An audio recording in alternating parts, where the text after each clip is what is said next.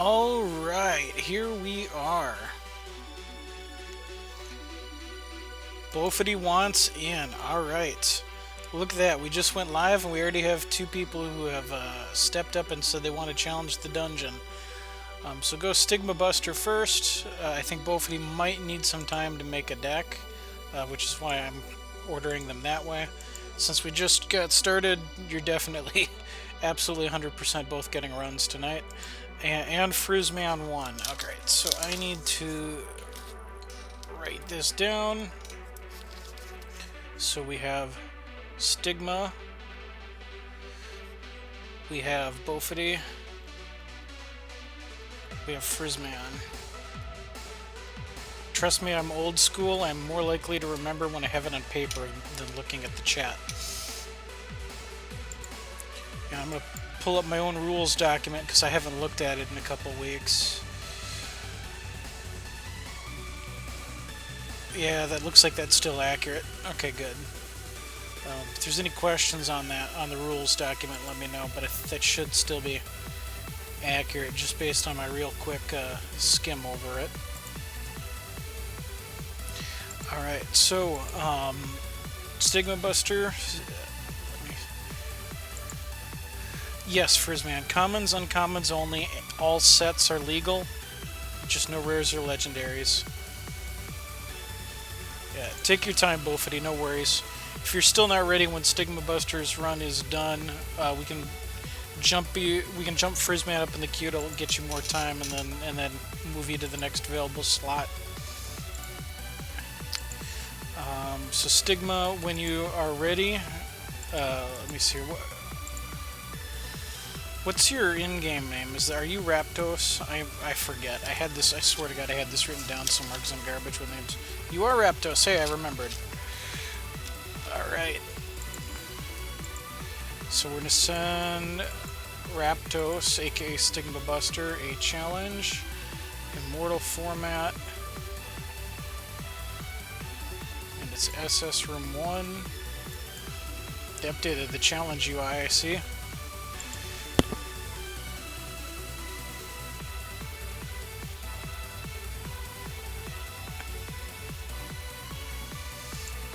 Alright, so we've gone a long time without any of the pillars getting knocked out here. We'll see if something gets taken, if a final boss gets taken out tonight.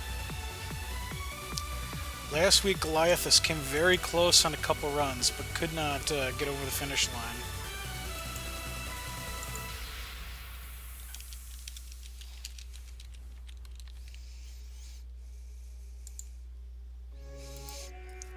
Arcane Alacrity. When you play an action, gain a charge. So this is the first episode of the stream since the debut of Frostheart. So we could see some brand new, never-before-seen strategies tonight.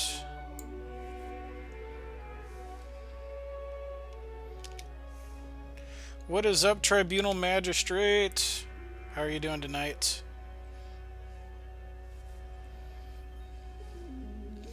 I am just here, happy to have the stream set up, ready to slay all those who think they can challenge the dungeon.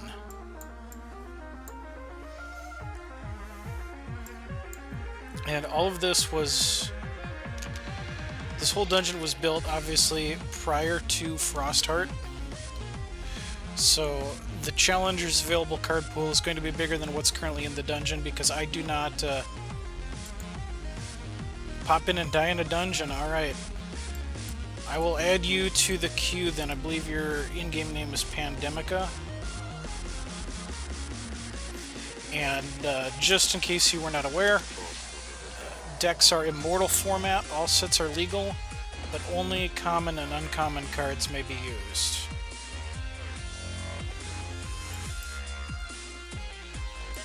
So take your time. If you need to build the deck, we got a few other people in the queue. So you do not have to have something ready to go right away. Alright, Shoku's Garden. That's not Shoku's Garden, but you get the point.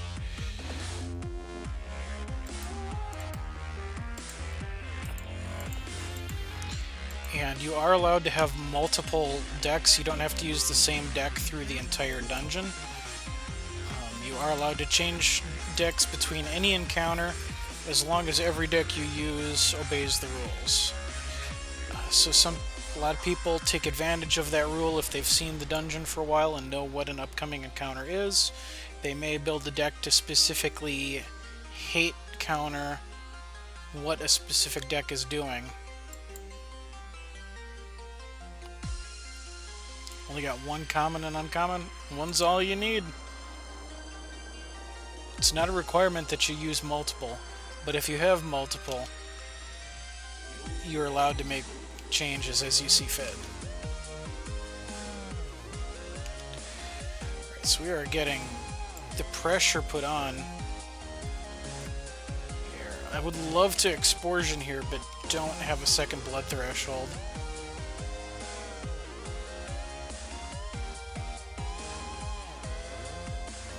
Another Arcane Alacrity.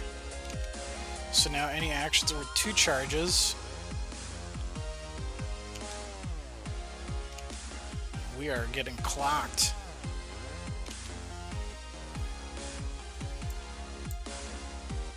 Alright, and this is the first rare I've popped up. So friendly reminder that the Dungeon Master will cheat and use some rare and or legendary cards to simulate AI only cards. And it may have been better just to use Exporsion to take out the Flame Guard actually, because we still can't block.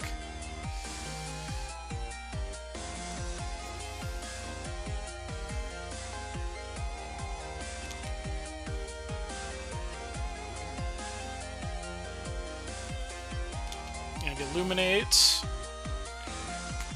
I would guess making the candles bigger. Yep, the candles are bigger. So that's 3, 6, 7, 8, 9, 10, and first deck's pretty dead.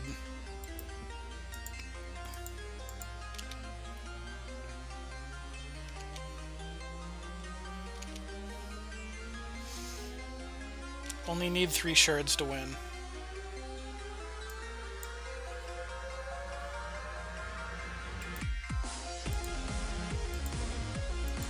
Let's exhaust 1 to finish off the factory. We'll Exporsion, make more Dreadlings, though I think this is largely academic here. I think Raptos has this beat.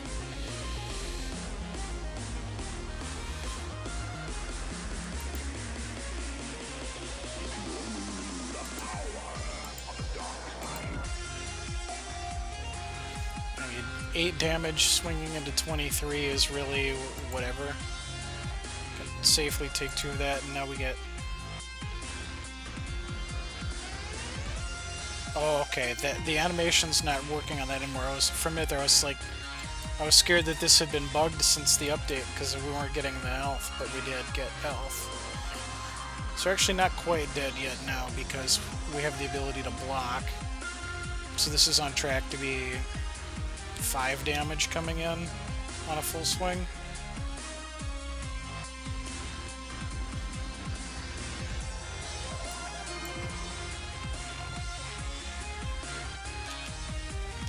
Oh, we might be in the clear now.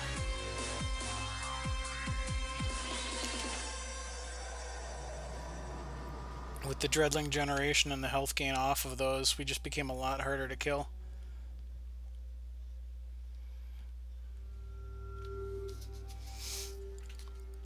The decks in the dungeon are always in the same order. So once you know where an encounter is in a dungeon, and you know what's in the deck, that's always going to be the same. The only tweaks I would ever make in a dungeon once it has gone live is swapping out a card like Strangle for its alternate art version. Alright, I will take that 4. I'm not going to fall into a trick.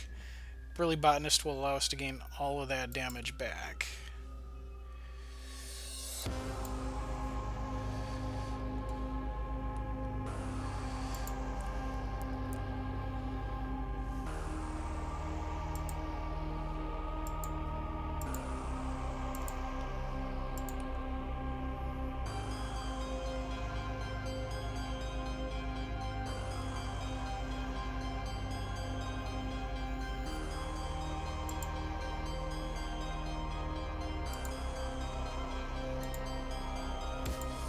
do a full ham.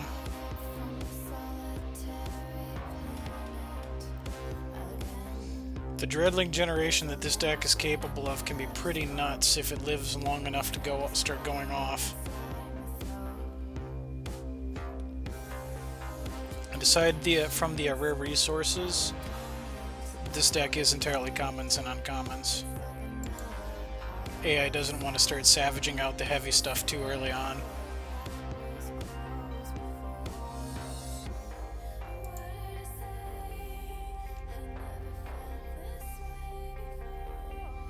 So that's still 1, 2.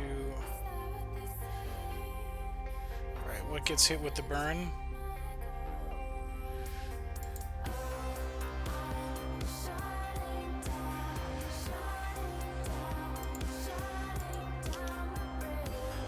Alright, fine, I'll strangle the wounded soldier.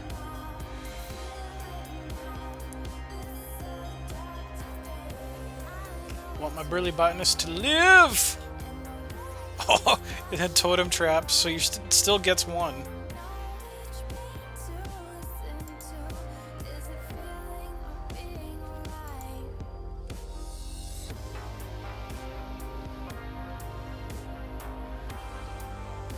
So it just does 1 basically. They condensed that. Maybe that's the trigger change going into effect with how that looks, where they all die and then the health gain happens.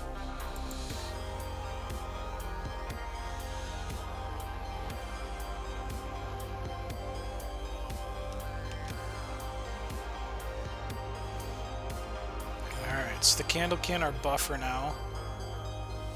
Raptos has had some really bad luck to only... I mean, we're at 7 resources. Raptos is at 3. So there is a significant element of shard screw to this particular bout.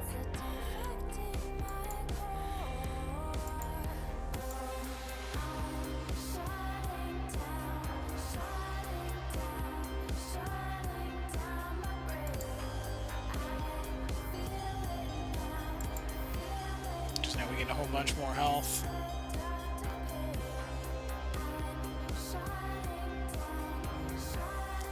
They still don't have a shard.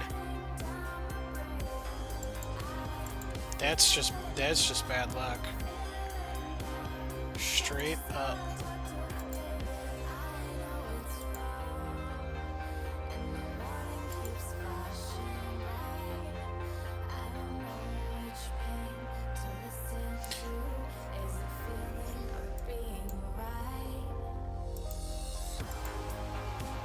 I think that does it by itself unless one of these gets taken out. I actually probably could have swung with those. No, that doesn't. That's only 2. Math fail.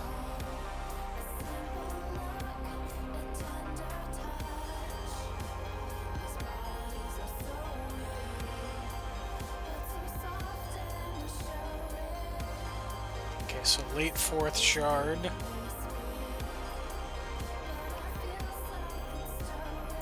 Flamelick is going to hit the Burly Botanist for 1, or for 3, leave it at 1 defense. So to block is to die. And now it gets burned, so it's definitely dead. Illuminating again, because 2 charges gained per action.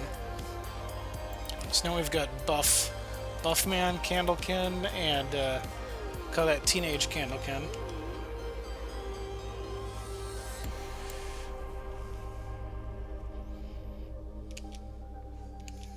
So now they have some legitimate contenders on the board.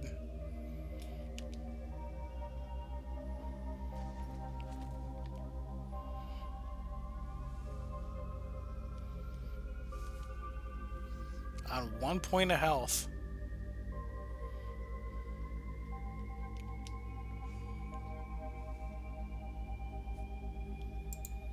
Only swinging with the 5.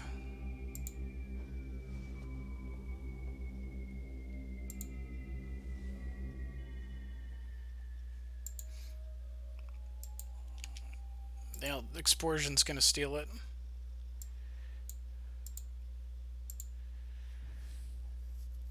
Because that'll give a Candlekin -3/-3, I think. So it'll be a blocker. We'll get enough dreadlings to ship through.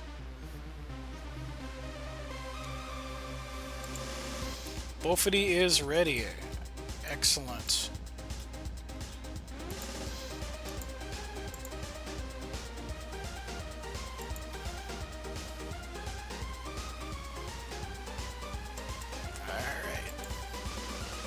So Bofedy, I believe your in-game name is also Bofedy. I need to take a second to update the prize list. And round of applause for Stigma Buster, aka Raptos, when they can't come back in. They put up a valiant fight, but could not get around some early game shard screw there. So that we're adding 2,000 gold to the prize pool. Prize pool is currently at... That is funny. The user for Bofedy could be Bofedy, it should be Bofedy, it's definitely Bofedy. That's funny. Yeah, Kismet slapped you hard there. You put up a good fight though for being so behind on the resource curve for so long.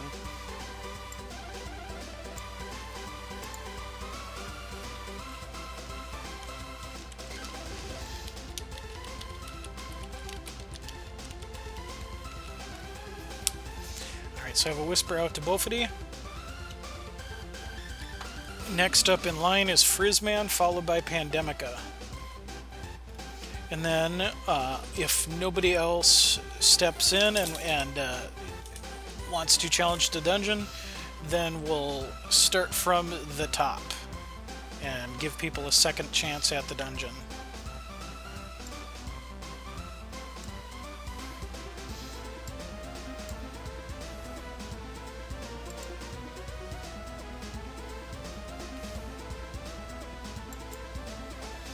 I like seeing new archetypes.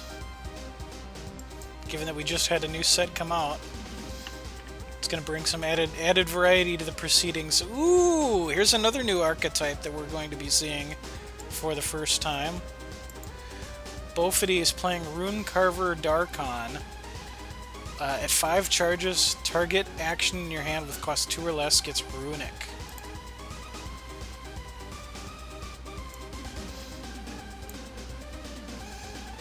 We're going to be playing the I'm annoying, I gain health for all the dreadlings I have, and hope to draw into something that actually is a little more aggressive hand.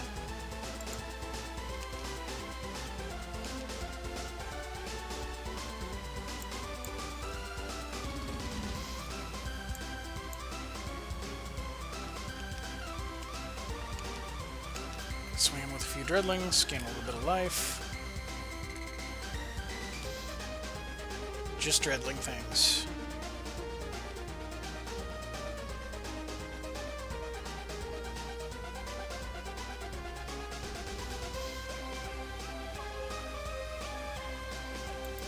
Phoenix Guard Messenger. When this leaves play, draw a card.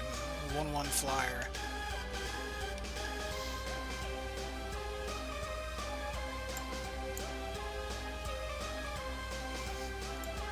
So I'm going to play another Shoku's Garden here. Swinging with 2 dreadlings. Gain 4 health. But otherwise we don't have a lot of anything going on right now until we start drawing some stuff.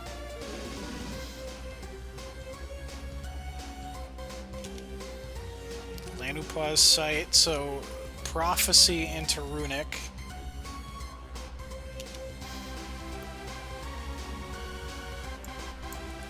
Alright, Wild Shard, so can't do anything right now. Blood Threshold aside, we'll be able to afford just about everything.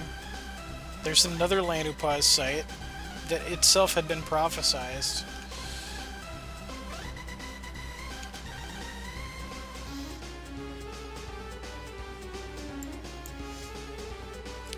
Need second Blood Threshold and anything that will have an impact on the board, please.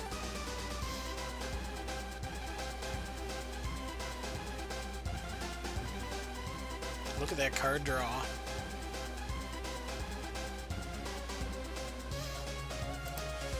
When you play this draw card, Jeff Hooglin would approve of what's happening on that side of the board. draw all the cards.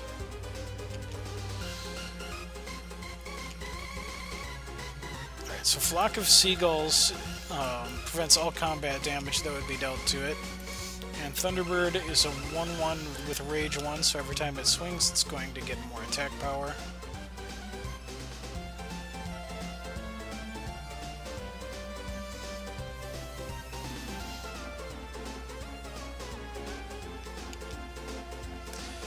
Alright, I'm gonna just sit on this hand. I would rather butcher the Thunderbird than a lowly 1/1 that's gonna give him something that could be better on the way out. If we got some Dreadling generation going, that could pretty much swing until Kingdom Come and we wouldn't be worried about it.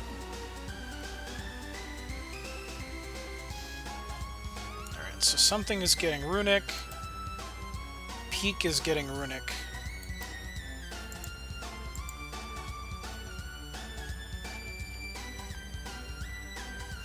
And Peak is, you can look as deep as your Sapphire Threshold to find something. So Bofedy could look 5 cards deep to find an action or a card or whatever they want.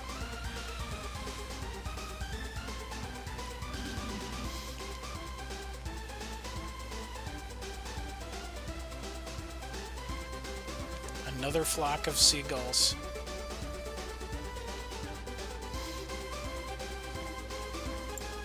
Oh hey, a Blood Threshold.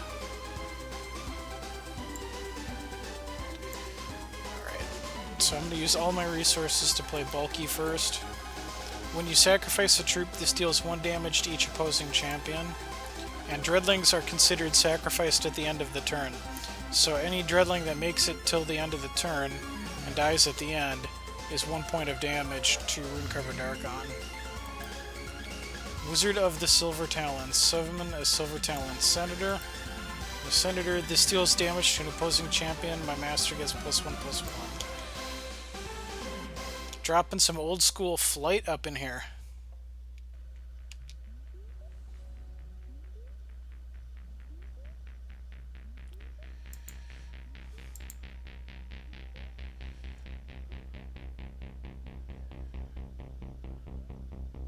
Actually, that's not how I want to do it. Explosion the Silver Talon Senator.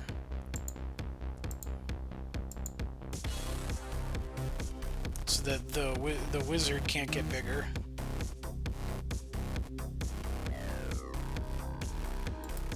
Oh no! What is this?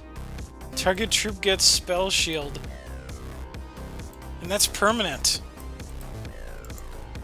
Oh no! Still got the Dreadlings, but that was otherwise a total whiff. Gonna butcher the Thunderhawk before that gets any more out of control.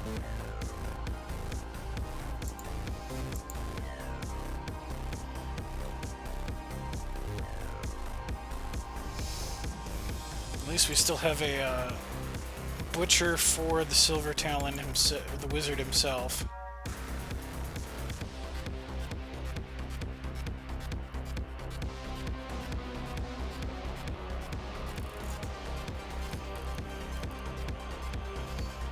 Shackling Strands on bulky, so we don't have a blocker anymore.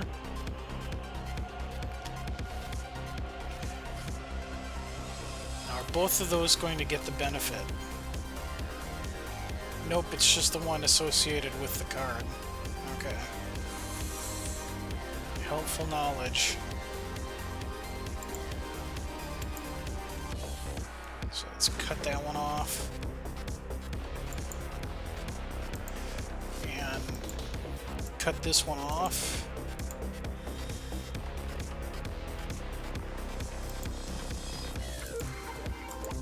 Crash in with some Dreadlings, so now the question will be, can we take advantage of Bulky's ability to deal damage with these Dreadlings anyway? And gain health faster than Bofedy can burn down this deck. Runic Peak to look 6 cards deep.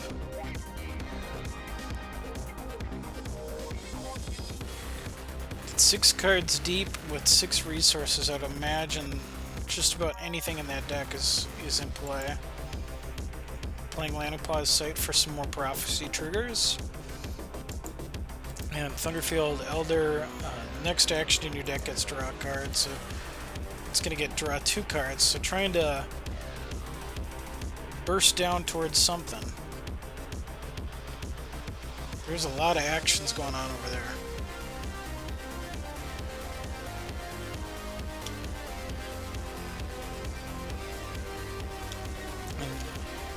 Bofody's deck can be filed very firmly under deck I did not anticipate playing against.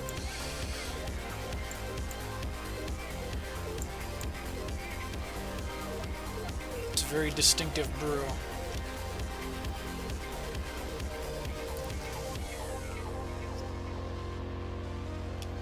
Mystic Naturalist. Ah, there's a threat.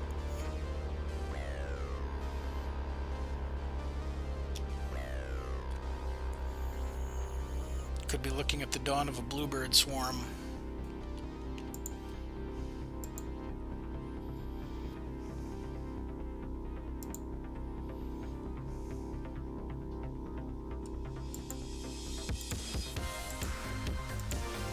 Alright, so playing the Dread Apprentice to summon some more Dreadlings.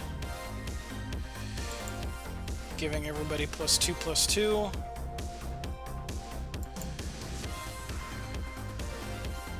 It might be exclamation prizes, plural. I don't recall.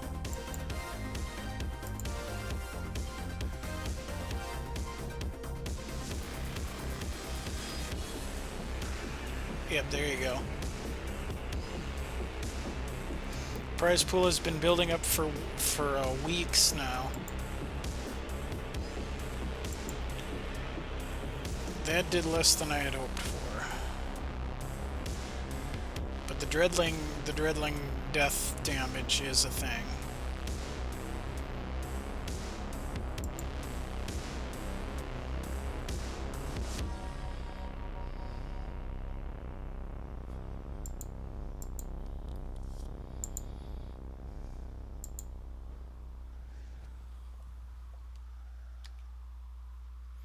And there's a second Mystic Naturalist, so now it's going to be Swarm of Birds.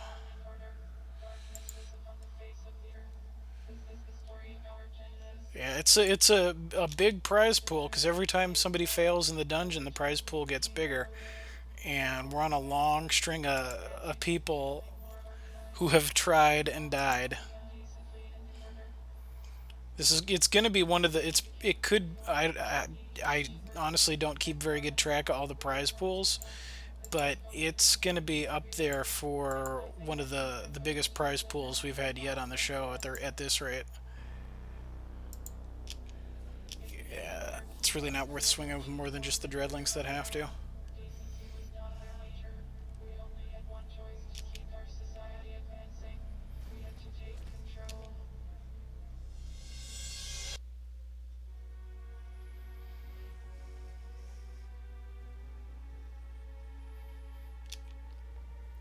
The spell shielded Mystic Naturalist is going to be doom.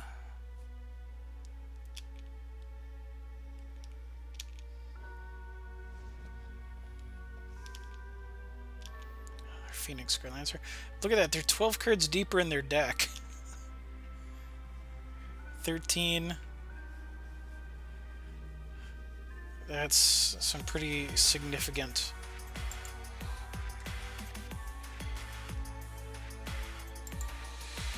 That is a significant draw engine advantage.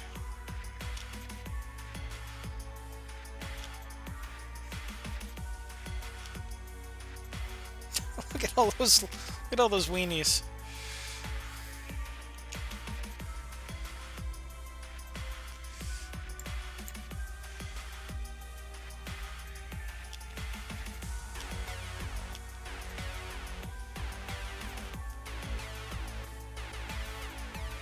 This isn't looking very good, though. I think the tide is tipped.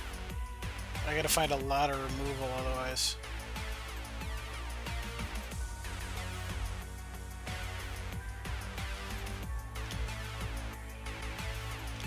Interesting. Gotta kill dreadlings. If they're allowed to live, each dreadling is dealing 2 points of damage apiece now.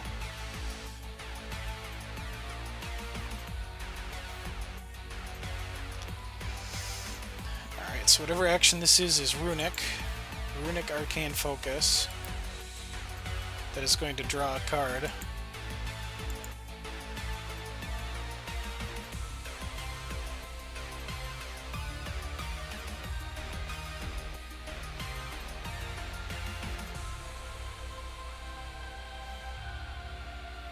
Now we're just watching we're going to be watching the slow escalating tide of Mystic Naturalists and Bluebirds here.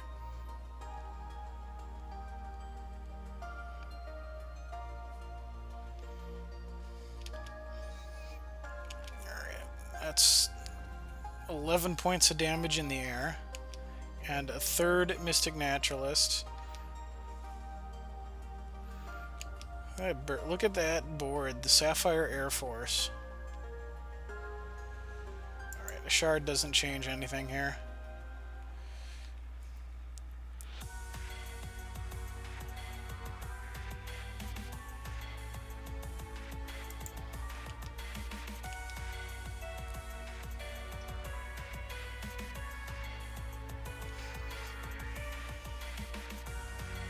You know what? It was a mistake to swing with the bulky. There is enough there to... Okay, it's not going to get taken out, but... Yep, and did kill the dreadlings correctly so that they can't be sacrificed for damage.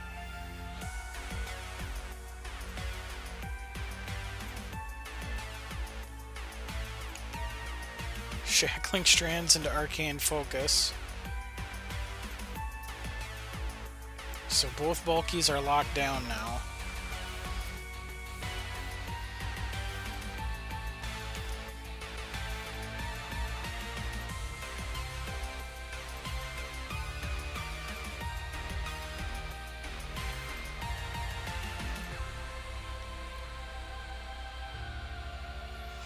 So how many come in here? Probably these three, most of these. That's probably the question, is how many do you dare ship while not leaving yourself so open?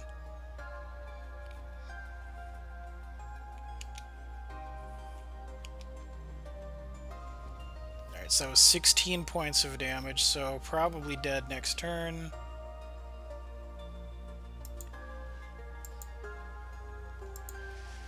Gonna make a dreadling.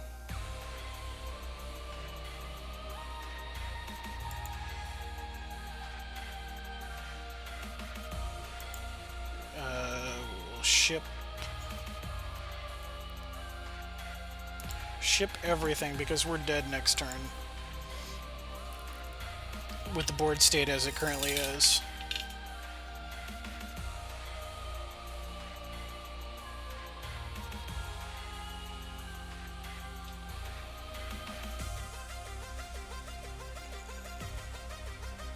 And I would block here. Both of those Phoenix Guard Messengers, throw both of them on a Dreadling, throw every available Bluebird on a Dreadling, throw Thunderfield, basically throw everything under the bus that didn't attack.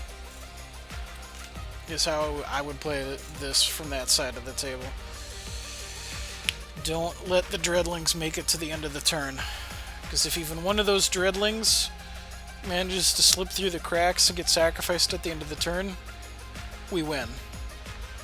Thanks to the two trigger effects from the bulkies.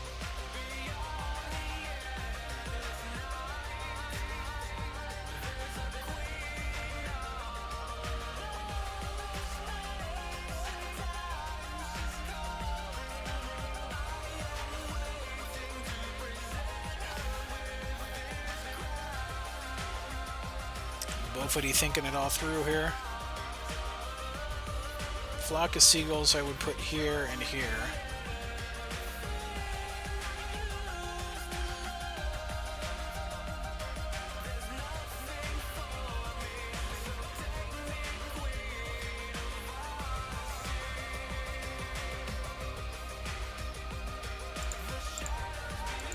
while we wait here, how's everybody been enjoying Frost Art so far? Any particular archetypes you've been having the most fun with? Getting in a bunch of drafts, doing mostly Evo, some other format?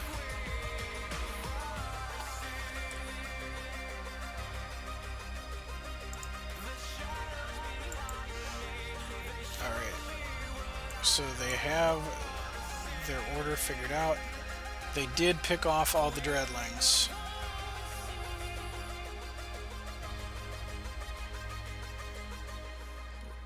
Which was correct. And another flock of seagulls. This deck is chock full of sapphire flying weenies. Weenies.deck.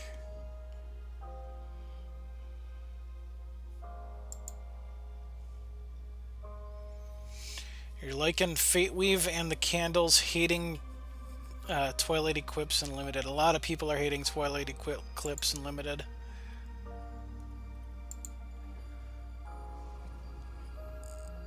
It makes Dispel a valuable hate sideboard card.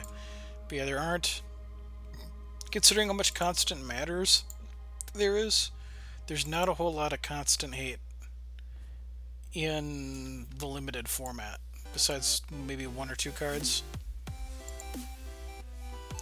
Yeah, the Candlekin art changing as they grow was a pretty brilliant touch.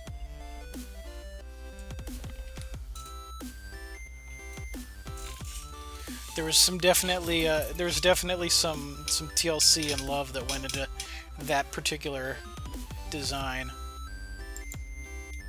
I've gotten to play, I think, with most of the factions except Blightbark. I've not had the opportunity. I've not had a draft or an Evo pool open to me where I was able to get into Blood Wild and see what they could do.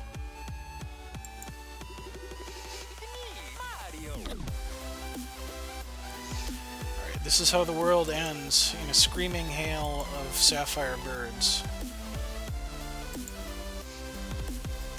Alright, so Bofedy has defeated the first deck.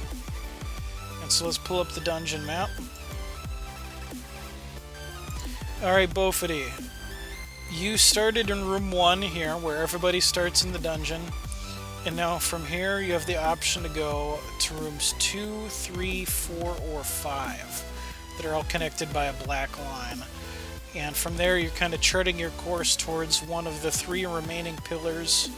The 3 remaining final bosses that have not yet been defeated. Take out any one of those pillars and you win the grand prize, and we reset the prize for future challengers. Room 13 is the sole remaining bonus encounter. Yeah, you noticed just in time. Alright, we're going to room 4. Alright, I know which room that is. Send me a challenge when you're ready.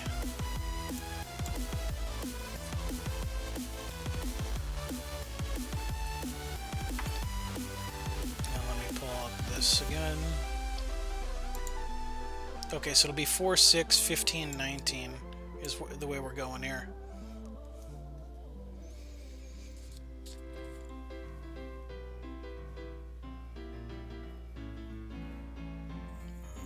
Sounds good, no worries, Frizz.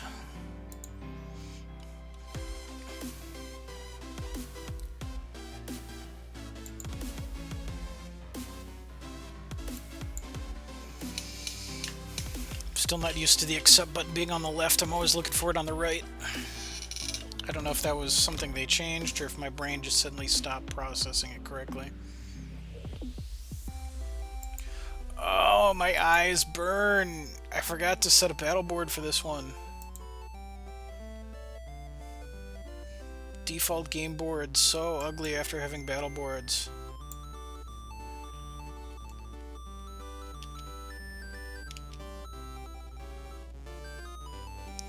Alright, so this is probably a turn 2 Pious Paladin to get the life game going into Righteous Paladin. Paladins plural. This may be the best starting hand this deck's ever put together for me in all the times that I've run with this old school health gain deck. It's just been god awful to start. Oh, the flock of seagulls kind of shuts down what we're trying to do here. So it's not even worth swinging, because that's going to prevent combat damage, so no health is going to be gained.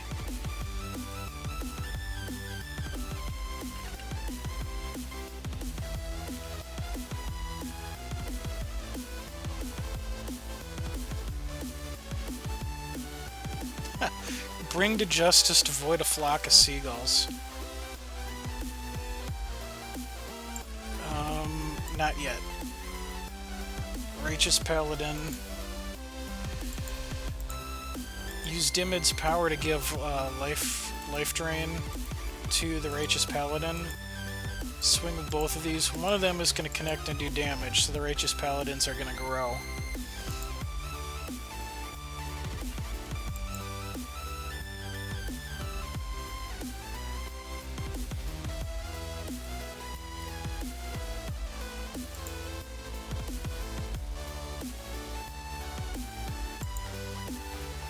Interesting. Thunderbird's going to swing in.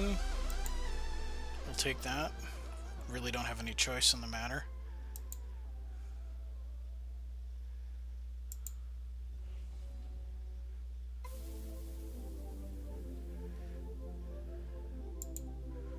Alright, I'm going to bring to justice the flock of seagulls,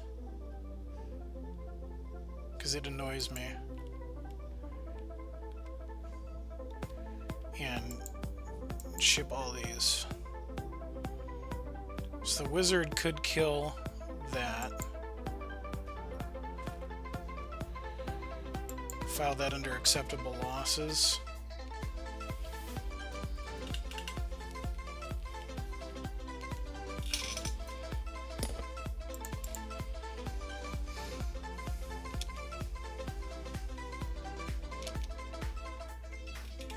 So Spearcliff Captain's a lot less good here. I mean, we can, because flight really doesn't mean much against that.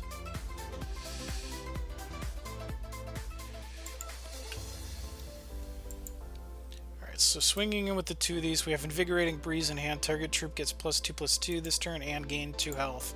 We're just going to trigger both of these to get bigger.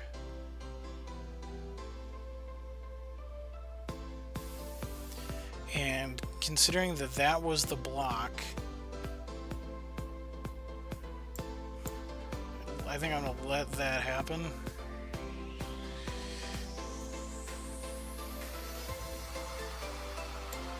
And play Mesa Totemist here straight.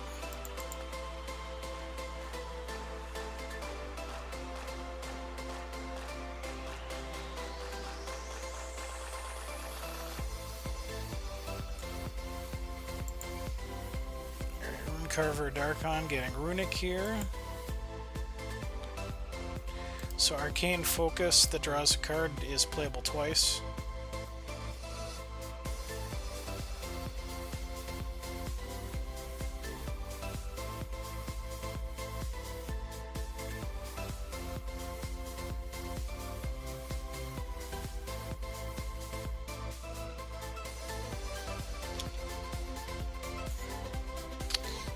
And a Mystic Naturalist is coming down.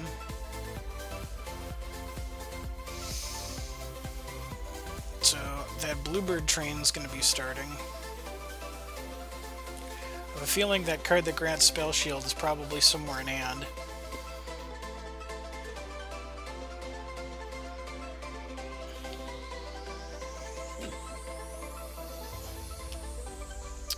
Wouldn't be against a 4th shard here. Thank you, Kismet.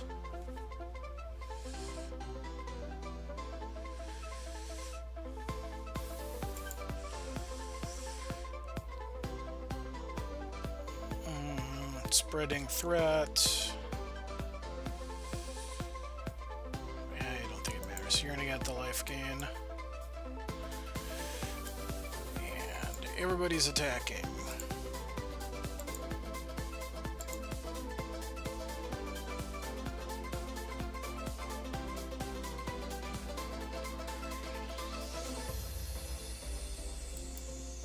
An invigorating breeze on target troop.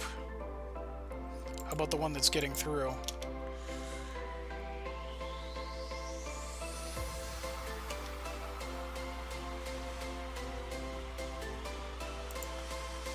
Bofedy down to 1. We have 2 6/6s on the board.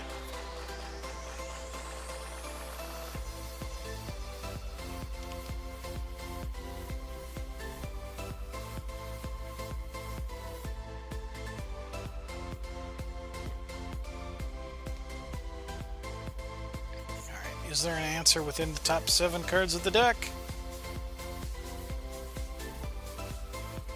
Shackling Strands takes care of one problem.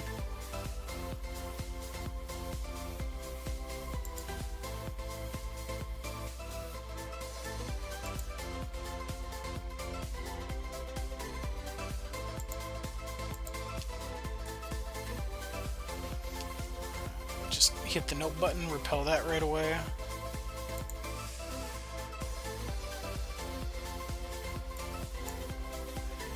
Welcome back, Frizzman. Your timing is good. Bofedy is kinda on the ropes here.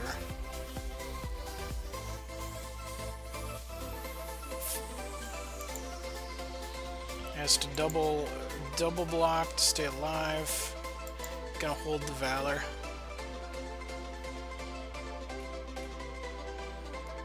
And probably not much that can be done there. Nope, Bofedy taps out. Old school Dimmed health gain rush, too much.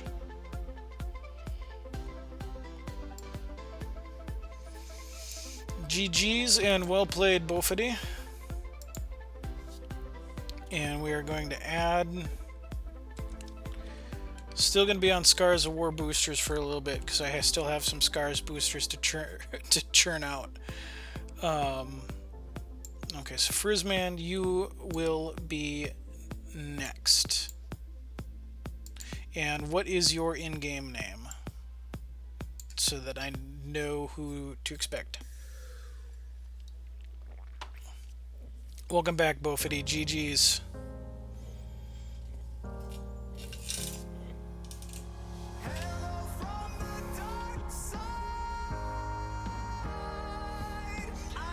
Okay, good games. I am TenMoons. All but one shard in hand. Ugh.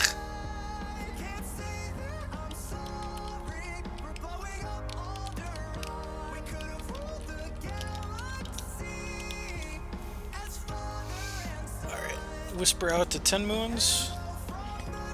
So when they're satisfied with their deck, they can shoot us a challenge more easily.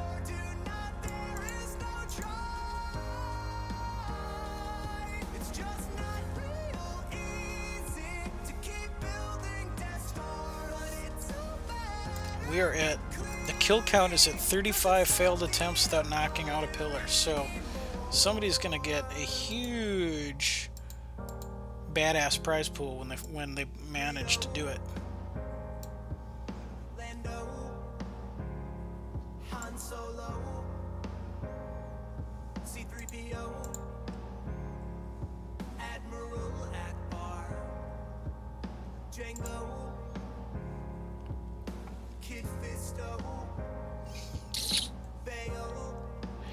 And while we're waiting here for the challenge to come in, one other nice thing that happened to me today. I was originally... It's being stubborn, 1 second. Okay. I was originally told no, but then Corey Jones himself gave it the green light. And let me accept this challenge. SS Room 1. So Corey Jones himself gave it the stamp of approval. And the Princess Corey that you see on the right side of your screen right now has been allowed by Hex Entertainment to become my affiliate subscriber emote. So that is now off to Twitch for final approval, and then it's going to show up on my channel as something that people can use. So I'm pretty excited about that.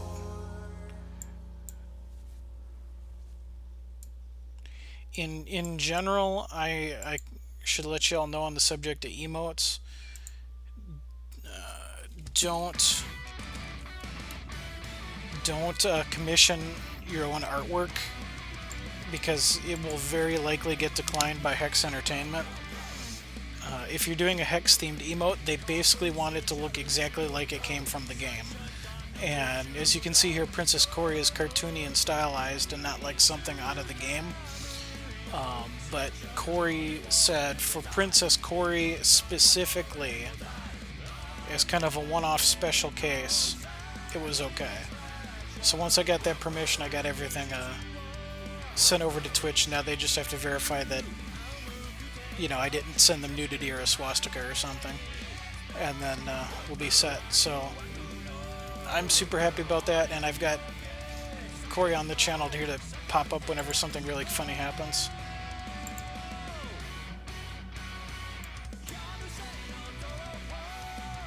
Alright, so this is suboptimal, but I'm going to play a Dread Apprentice, even though there's nothing to scrounge for right now, to maybe try to get in some points of damage swinging in.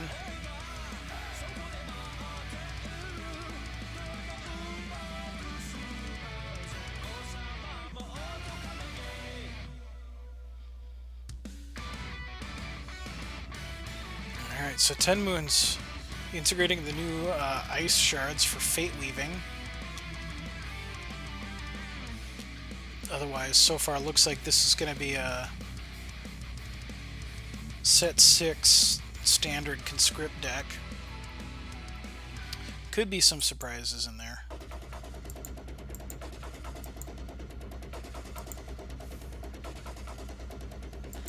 Alright, so this is really bad value, but now I'm playing the other one just to try to keep bashing in. I have a Strangle and an Explosion to take out any early troop drop.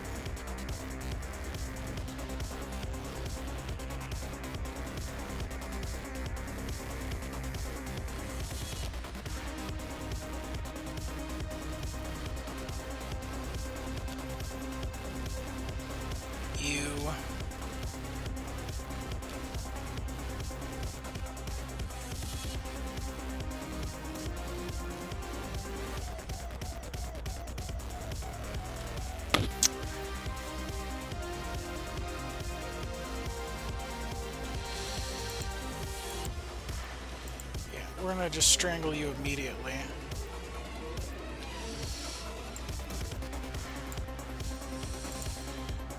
And then swing in with these two. Tweedledum and Tweedledee.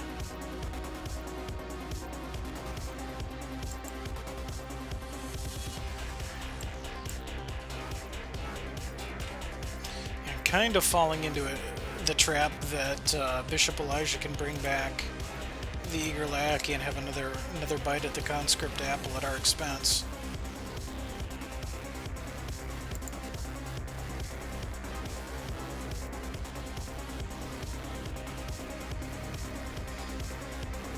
And there it is.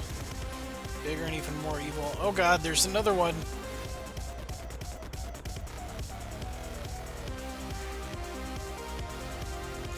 Oh god. Is gonna hurt.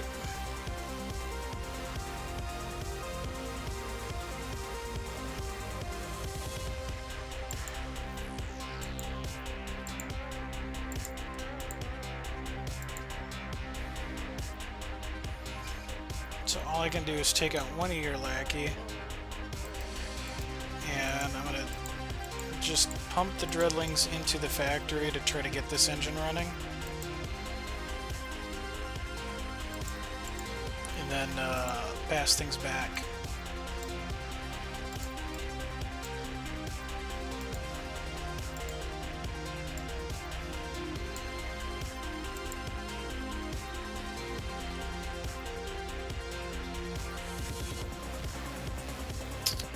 we're in a tough spot though to counter the speed at which crit script is going to snowball.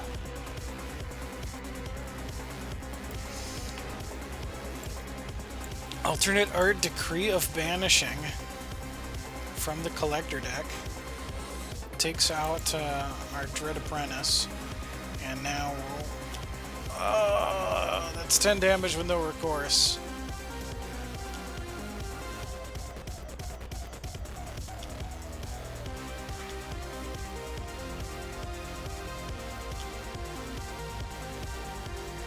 So under things that hurt, so Butcher will take that out before a conscript can rack face harder. Shoku's Garden will complete the Dread Factory. But this piddly health gain is not likely to take us too far.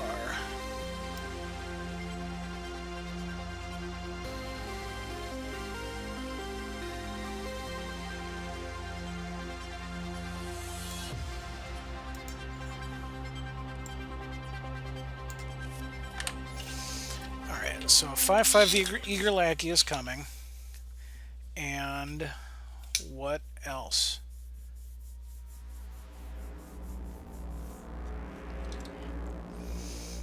It's 90 degrees outside here today. My AC is doing its best to try to keep up, but it's still a little hotter than I'd like in here.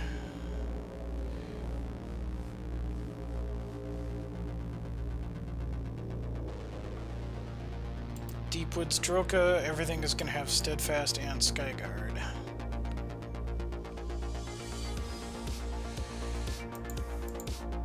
Yep, we're pretty dead. 5-9, yeah, that's just us being dead.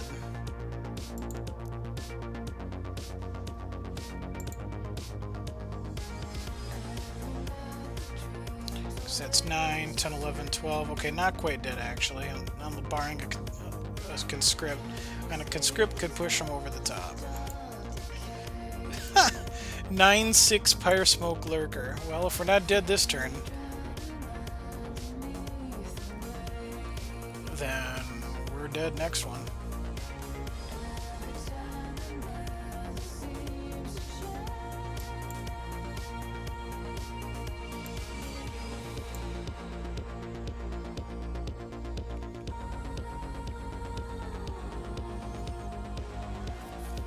Dreadlings swing, Dreadlings die.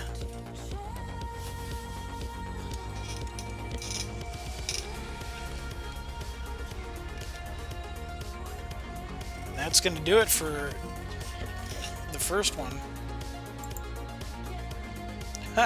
TenMoons just rubbing it in. Decree of Banishing on the bulky, so that they're literally unimpeded and able to free swing for lots of damage.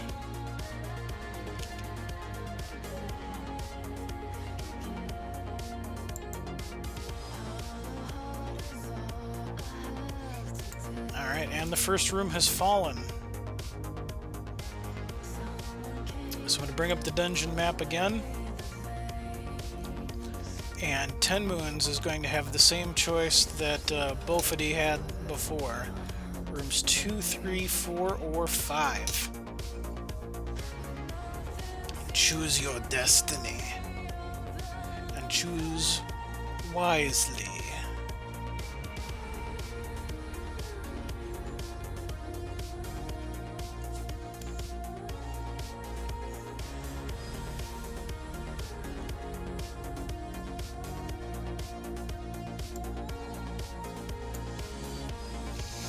Frizzman is going 5. Alright, so we'll go down to 5 here, and then if you clear 5, you're going to have another choice to make between 8, 9, and 13. But for now, we will do 5. Alright, so I'm taking down the map. I know which deck that is, so when you're ready, send me a challenge.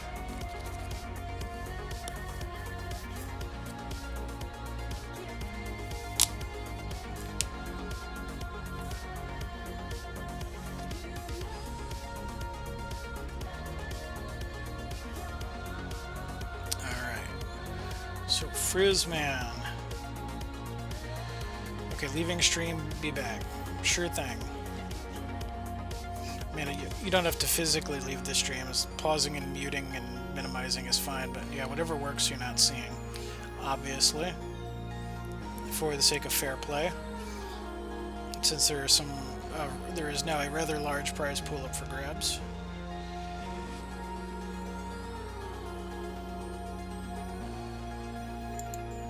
Alright, just waiting for the challenge to come in here.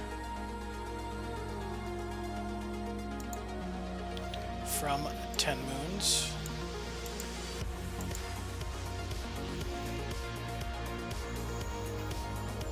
Since people are allowed to change their decks between matches, I could send out the challenge, but I don't want people to feel pressured that they have to have like their deck ready to go like that.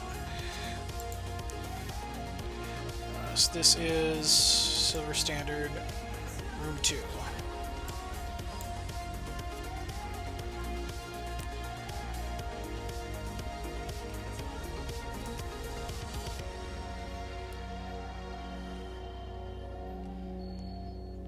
Alright, round 2.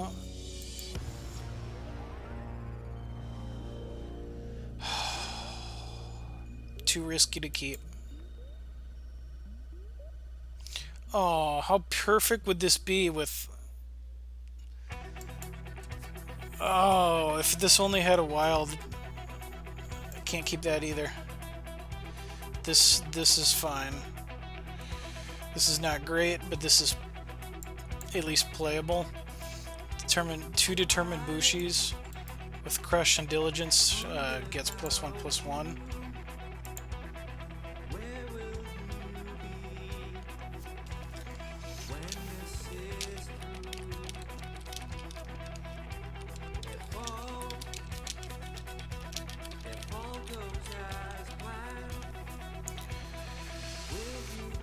That second hand I mulled was one shard short of just being the nuts.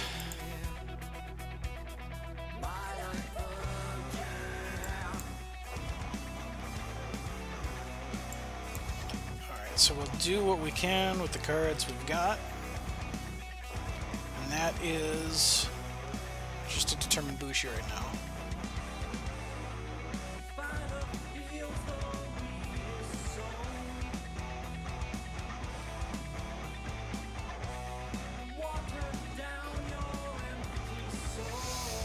I'm jealous of challenger decks that can come in with Fate Weave.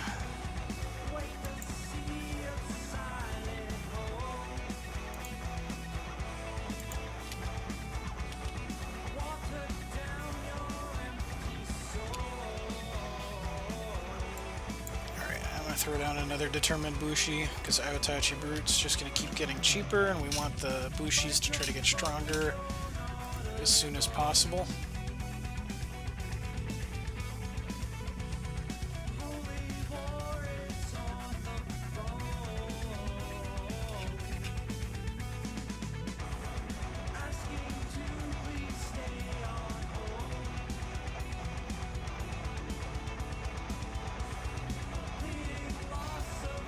I'm having short-term memory loss here. I'm not recalling what they... I think they just played a slow shard and were making a choice.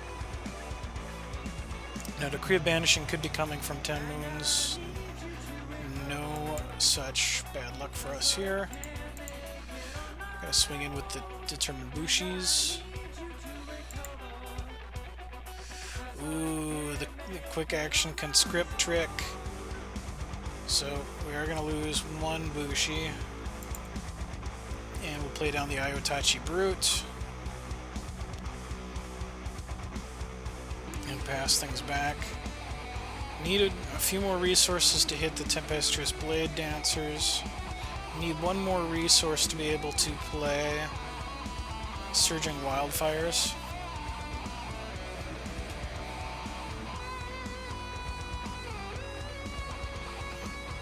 Also need one more shard for Grandfather Elk Charge Power. Alright, Decree of Banishing, again the sexy alternate art one. There goes the other Determined Bushi.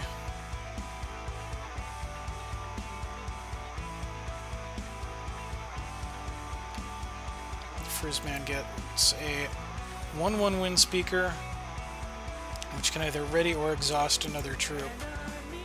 That's a good hit. Pay 1 and exhaust that to take out something you don't like.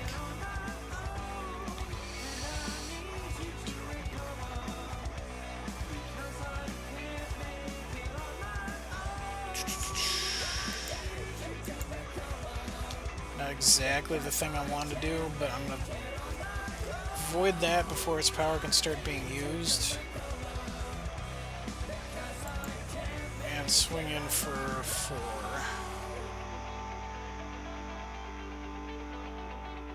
I need to find some shards, though.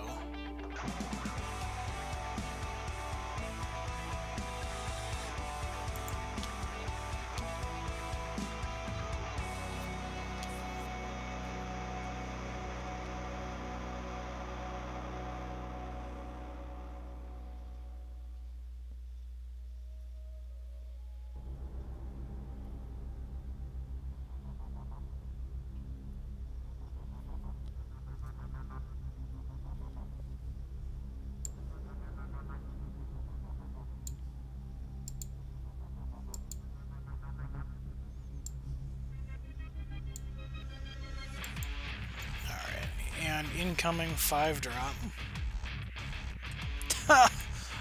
Livanth's Claw. Deploy Illuminate 1. So not only did they get a 5-drop, they got a bonus Candlekin. Great!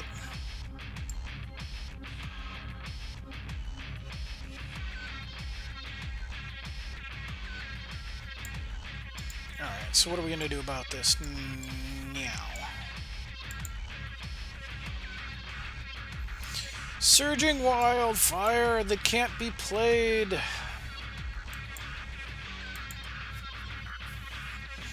Alright, so as little as I am to do it, I feel like the necessary play is to sit back right now. To at least try to take out Livanth's Claw and save 5 points of health.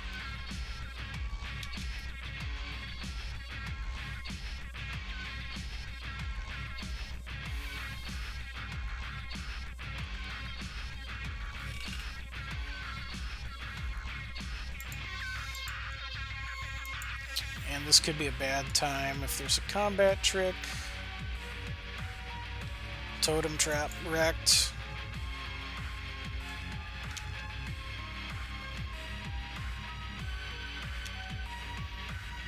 Alright, really need some flavor of shard here. There we go.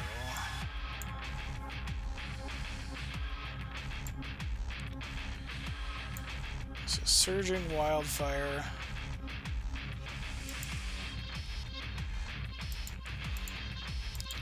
Slap the charge power on it immediately, so it's going to do 5 just for attacking. And now can do 5 more unless the Candlekin sucks up one of those points.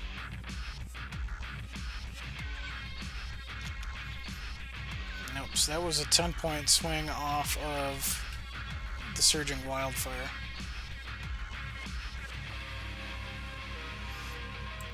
And now if we find another resource, Tempestuous Blade Dancer's playable, Speed, Crush, and Steadfast, which is going to come as an awful surprise to someone who doesn't know that is a thing that could happen to them.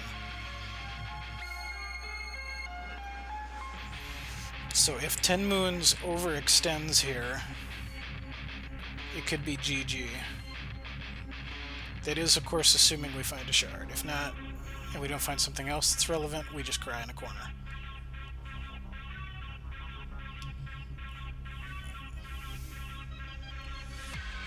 Okay, that's legal. That was, you can tell because the Ardent Crusader has a line tracing back to the Moon Call ceremony. So that was conscripted. And that's gemmed with the... Ooh.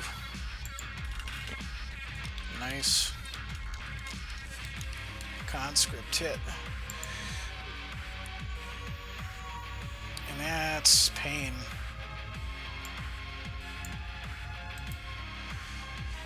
Deathcry summoned 2 Blight Blossoms and 2 Phantoms. That dies. Get 4 troops.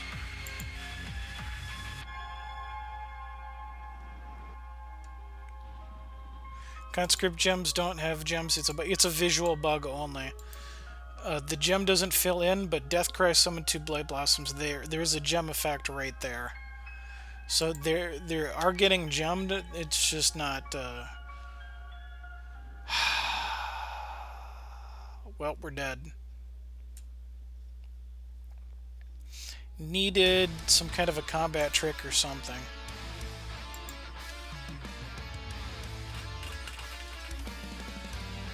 So swinging for Pride. But never got the resources to play any of the Blade Dancers.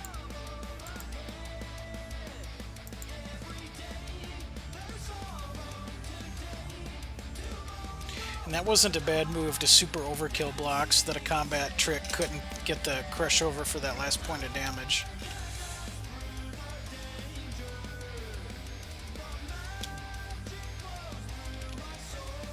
Alright, so we're dead. And once again, I'm going to pull up the dungeon map for TenMoons to make some decisions on where we're going from here. Rooms 1 and 5 were taken out. So the choices from here are to advance to room 8, 9, or bonus room 13.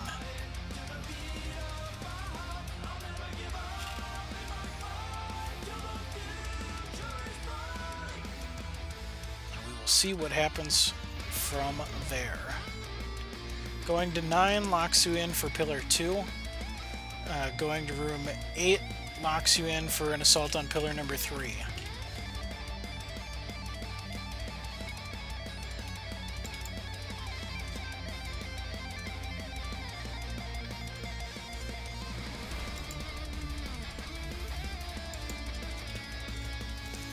I intend for the next set, or the next dungeon, to be very heavily into the Frost Heart. Oh my god, I thought it was dead for sure. It was close. I wanted a resource. I had 3 surging wildfires. I had 3 what the hell is it called? Tempestuous Blade Dancers in hand. I needed 1 more resource to be playable. So I was hoping to draw a resource and swing in, but then you had the conscripted Ardent Crusader out there. And that kind of ruined that dream. But yeah, so which room are we going to, Frizzman? Room 8, 9, or bonus room 13? If you succeed in the bonus room, then you will collect the prize whether you make it to the rest of the way through the dungeon or not.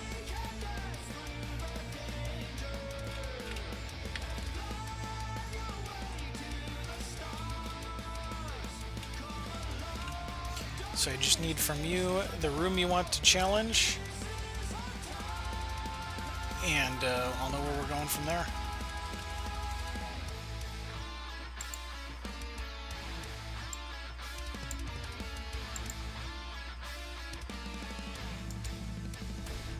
No shard, no shard, no shard. Alright, how is... I wish there was a wipe all. Guess I'll try the bonus. You do have to win, obviously, to get the prize from the bonus room. Alright, so we will do room 13 then. So send me a challenge when you're ready, and we will knock that out.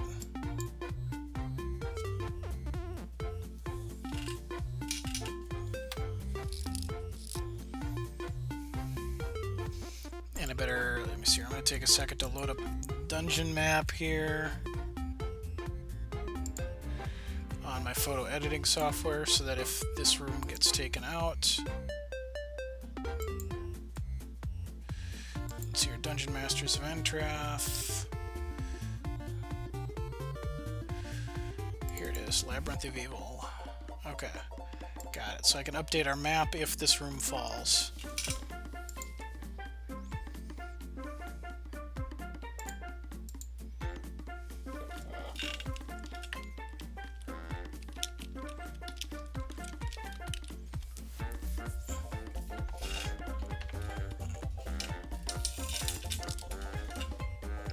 got the deck in hand. Basically built myself a grid map. Whenever you're ready, Woolsey, you're supposed to send me the challenge. I don't have you on a whisper.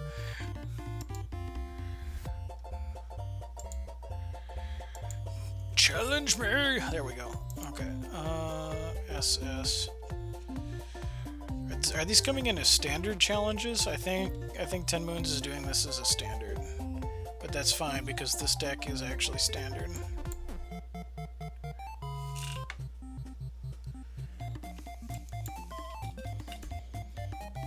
That's gonna be a problem for some of the other. Okay.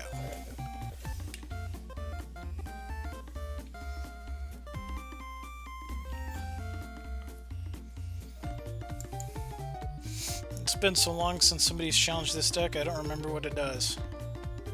Something with Valors.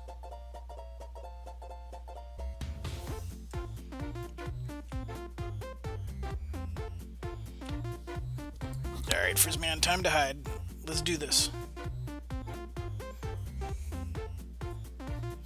It's fine for this match. It doesn't matter right now. Because this deck is actually standard.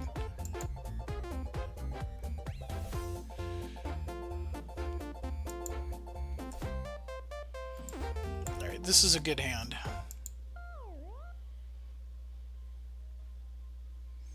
It's 2 Ashwood Firebrands, a Cremate, and a Pyre Strike. So we've got the ability to start generating some Valors and Swift Striking. We have the ability to take some things out. New complaints.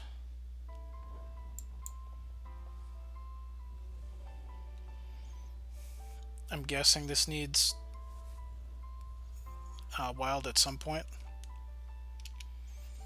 Ooh, turn 2 Sacred Stances, no bueno.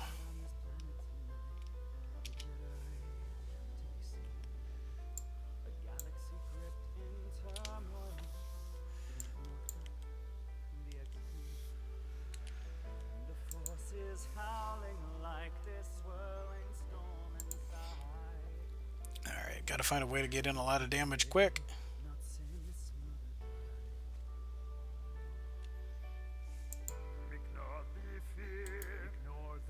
Alright, everything conscripted is gonna get Steadfast and Skyguard.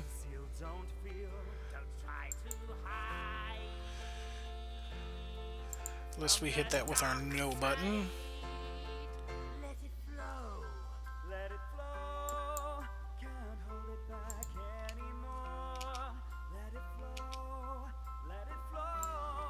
I'm gonna throw down another Ashwood Firebrand.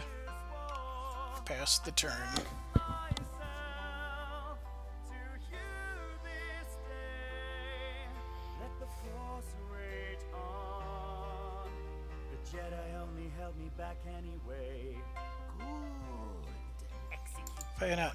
Wow, I haven't had the song music info on all day. Well, fixed.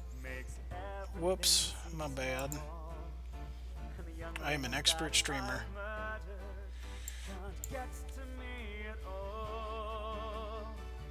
It's time to see what I can do. The Empire's here, the Republic, it is through. No rights, no wrong, no rules. Spread the love around, Valor at both of those. Swing in. And grab the Valor while we can. And I'm going to sit on that one, I think, probably.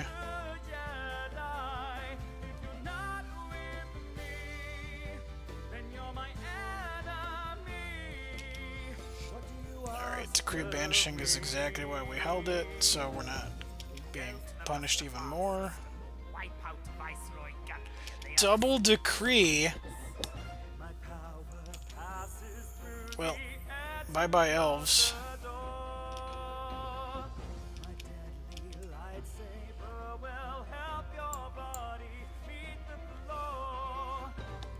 And have removal, but nothing to play. Fire in the Hole is worth 4.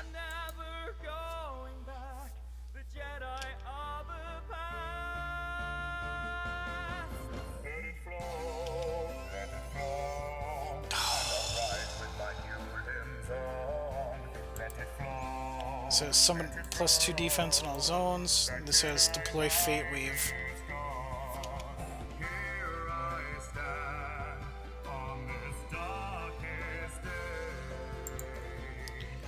Alright, you get out of here.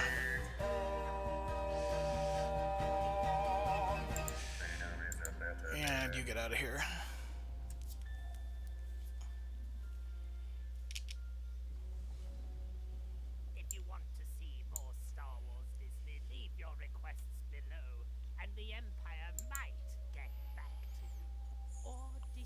We'll use this to gain 3 health.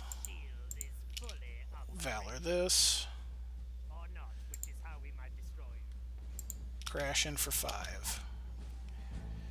Gotta get that damage. And now that's a theoretical 2-turn clock.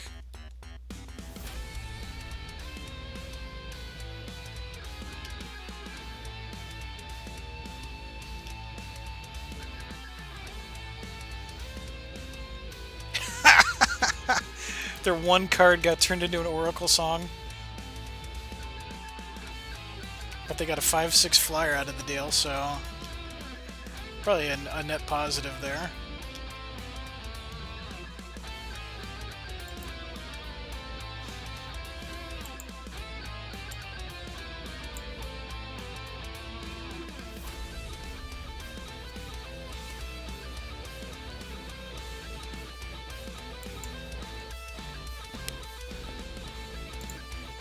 Gonna gain some health. Can't swing into a 5/6, so unfortunately have to hold. And watch as the board could get ever more dangerous in light of conscription.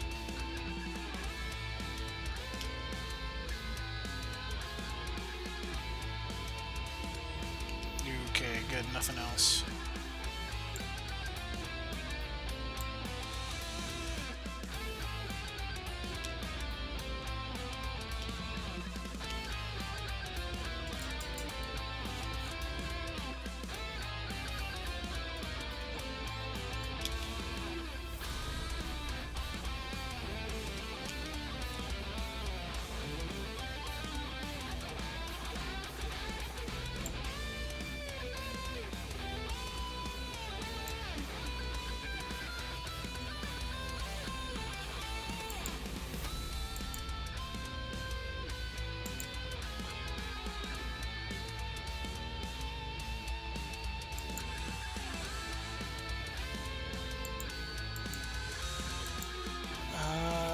Swing like that.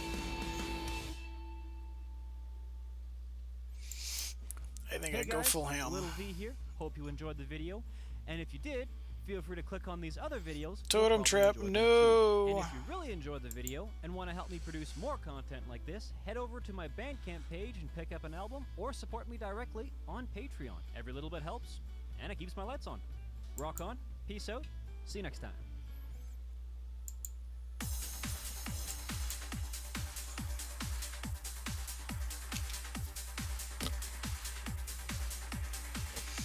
Just gotta punch through those last few points of damage.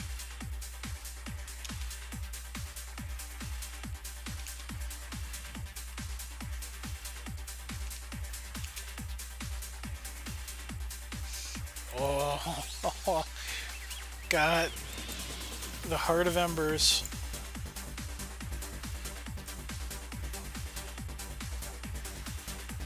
Can deal 3 damage to something.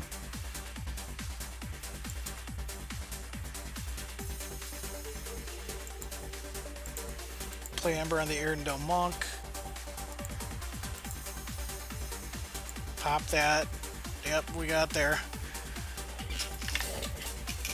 Found one of the couple rares in the bonus deck. Close fight.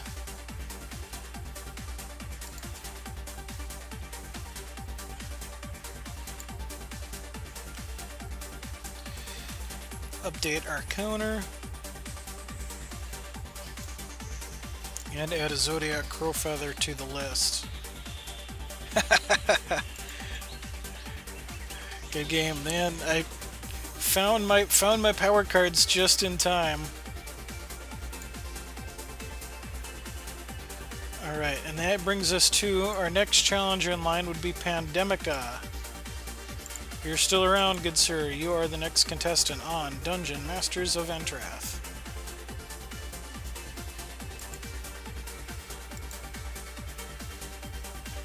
I see you still listed in the viewers.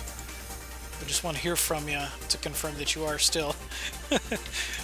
Just felt bad. The bonus rooms are tough.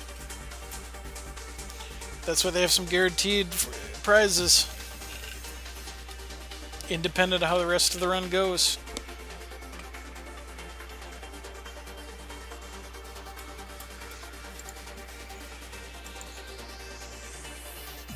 Alright, come at me, Spider Lord.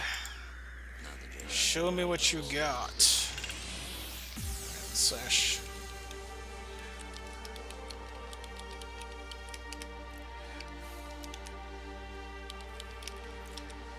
When you are... So I have a whisper out to Pandemica. We'll await the challenge, and then they get to have a run at this. And then, if we do not have any new challengers, then I will start from the top of the list and work my way down with who's ever here and wants another run. Frizzman 1, you have to crash. Don't blame me. It's 8:30 p.m. where I am, so it can very easily be even later elsewhere. But thanks for hanging out, Frizz. Thanks for playing. It was fun. Hope to see you again to re-challenge. I do this every Wednesday night at this same time, so you know where to find me.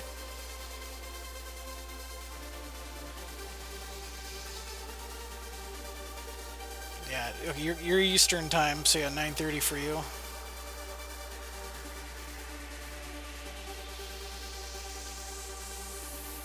You must learn the ways of the Force.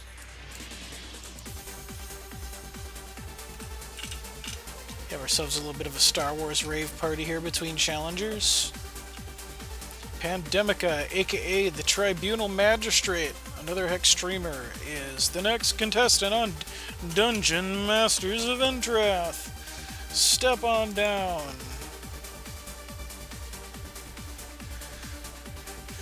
Yeah, for sure, the dungeon, it's awesome. Don't know why I was hit beforehand. It is hard to build up an audience as a new streamer, so I've been doing this for about 5 months now. And still trying to work up the exposure game and you know, do what's within my means to promote the show and keep things growing.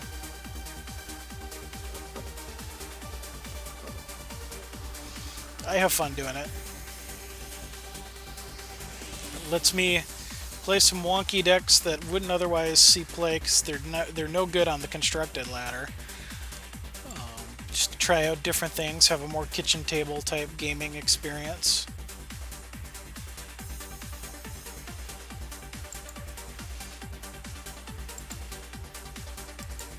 Alright, so just waiting on, I think I spelled that right. Pandemica. So just waiting on the response here. The challenge from Pandemica, and we will get this show on the road.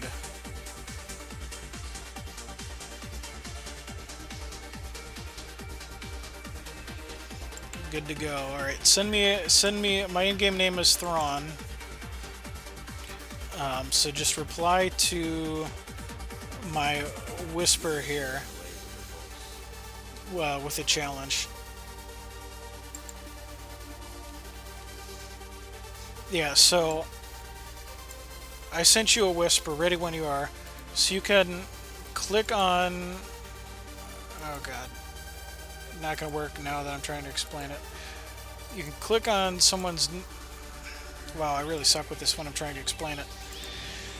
Click on someone's name, so you would be able to click on mine in whispers because I sent you a whisper, and then right here is challenge.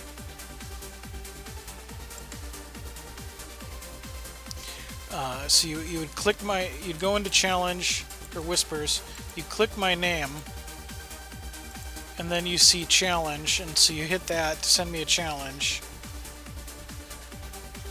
Receive, or here, I can do it this way too. Since you said you had your deck ready, I'll go into friends.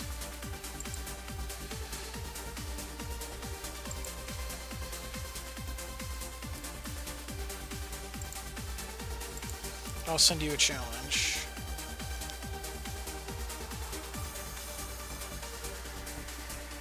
I think.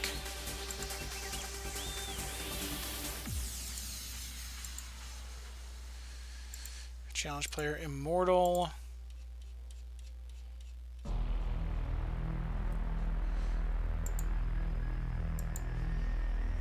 Player unavailable.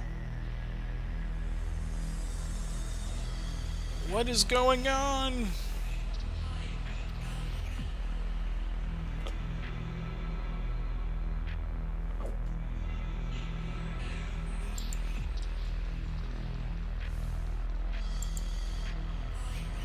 Sluggish internet.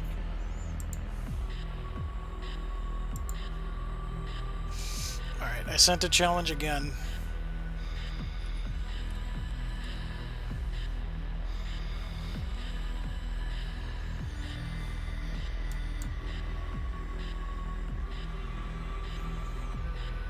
Ooh, Yodel.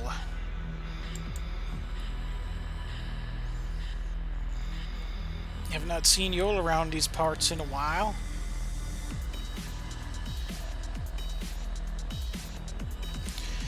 Alright, so it could be a mistake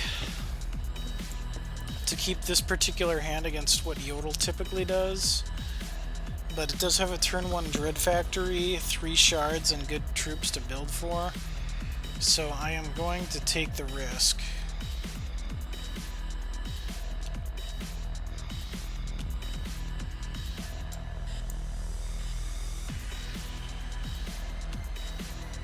Oh god, I almost passed turn without playing the Dread Factory.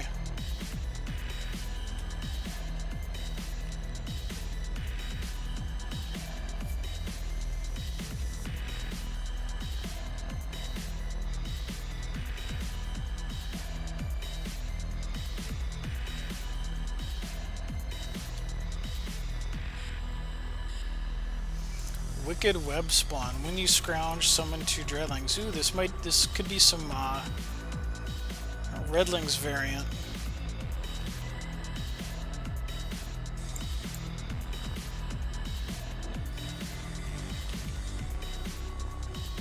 Alright, so nothing happening at 2. Play Shared Pass.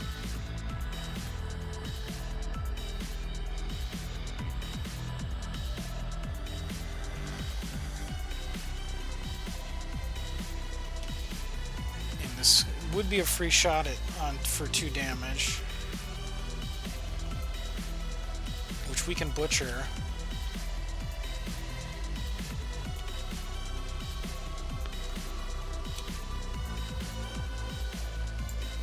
Alright, second blood threshold's good, so I don't know what kind of shenanigans are going to be happening with that. So I'm going to take that out before the scrounge train can start. Just under the theory that it's probably not good.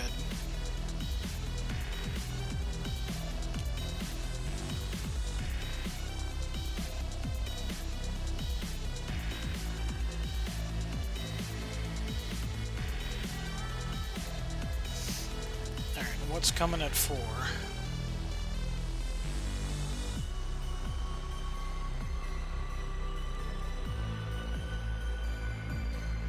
Vilefang Eremite.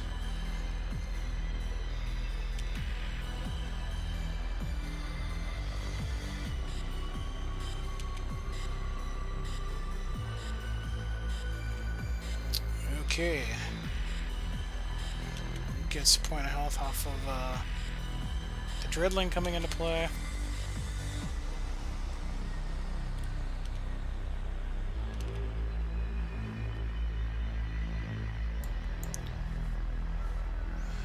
Alright, so again under the theme of I don't want to play around with what's probably a core part of the deck, we're just going to murder death kill the Vile Fang Eremite. And next turn we got to 5, so we have the means to start cranking out early botanists. Dreadlings versus Dreadlings.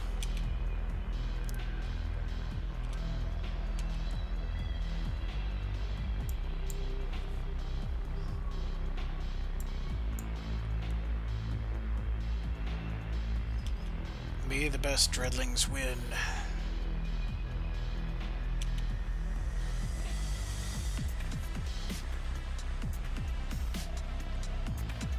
Alright, War Machinists now.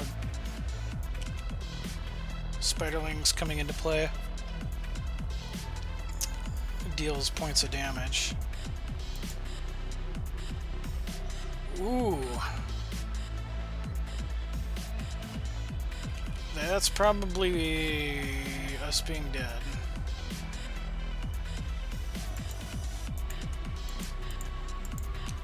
One, two, three, four, five. Okay, that's not lethal. Would have had lethal with those swing again, but probably does not matter.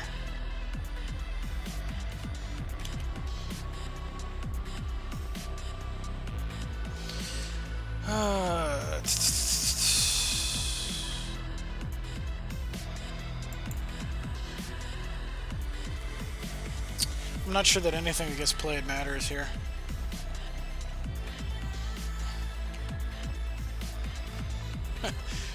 Just a cheap shot for another troop.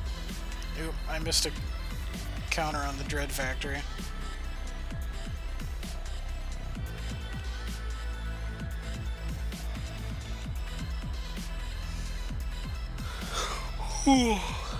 Ugh, have to take a damage from the Dreadling coming into play. Yeah, definitely dead here. Crackling bolt to the face.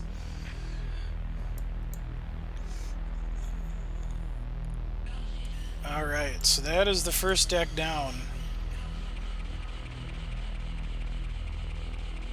Let me get that dungeon map up. Alright. 2, 3, 4, or 5. Choose your destiny. And that will determine your fate through the remainder of the dungeon here.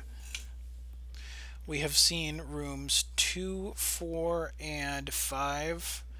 Tonight, we have also seen bonus room 13. We have not seen 3 or anything closer to a pillar than that initial inner ring. About 30 feet back. He gets down on all fours and breaks into a sprint. He's gaining on you. Shia LaBeouf. You're looking for your car, but you're all turned around. He's Which almost direction above you now, shall and we you go? can see there's blood on his face. My God, there's blood everywhere. Running for your life from Shia LaBeouf. He's brandishing a knife. It's Shia LaBeouf. Lurking in the shadows. Hollywood superstar Shia. The Tribunal had said earlier that he had some sluggish internet, so that could be a factor. Very big delay. You might want to refresh. I don't know how bad Now it's my dark. delay is. I thought it was only like... Lost him, but you're Yeah, I have 0 drop frames, so it should probably be only in the 5 to 10 second range creep silently through the normally. underbrush. Aha! In the distance, a small cottage with a light on. But I'll try doing You move stealthily typing in toward chat it, here. But your leg! Ah! It's caught in a bear 2, trap. 3, 4, 4. Alright, 2 should work. Alright. And I will send you a challenge again.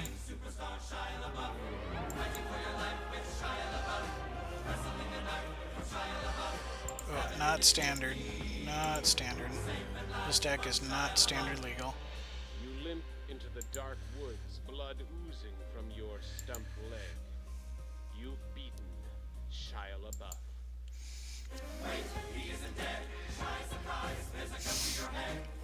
Bring it on!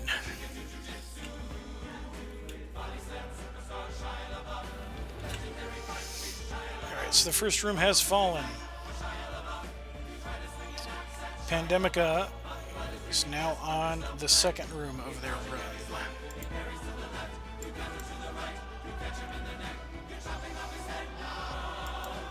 And this is another oldie. His head topples to the Old floor, school expressionless. Diamond, Sapphire, Fiona Honeyfinch You fall flight. to your knees and catch your breath. You're finally safe from Shia LaBeouf.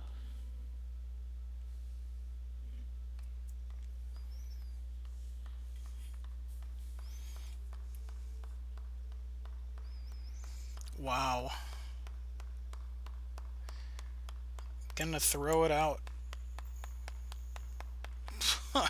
This isn't any better, but at least with double threshold or double sapphire, Thunderbird is playable.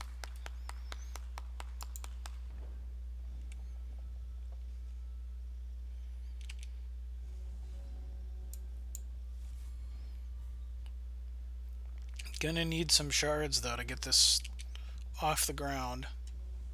Pun intended, because it's a Flyers deck.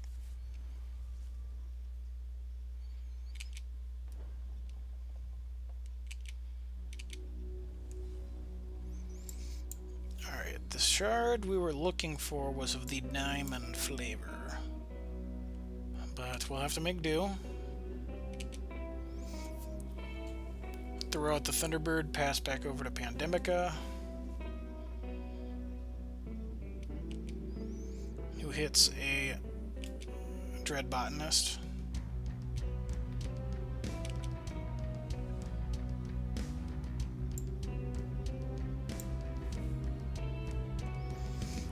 Alright, I want to throw down the air superiority now, which gives all flying troops +1/+1.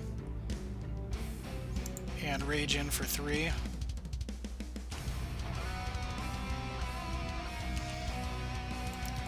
Next turn, if there's no diamond threshold, it will probably be Flock of Seagulls here. Just as a reliable chump blocker for some points of damage.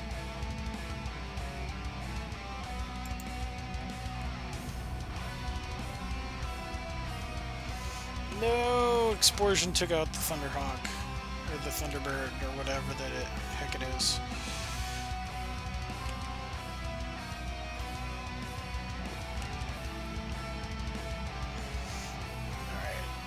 Alright. Diamond shard, please. Nope. Flock of Seagulls it is.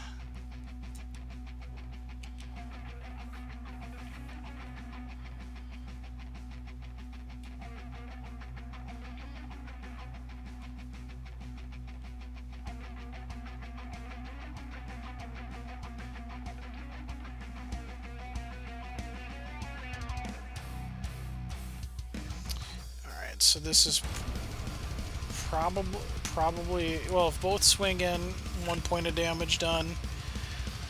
Pandemic is feeling conservative. Well, there go the birds.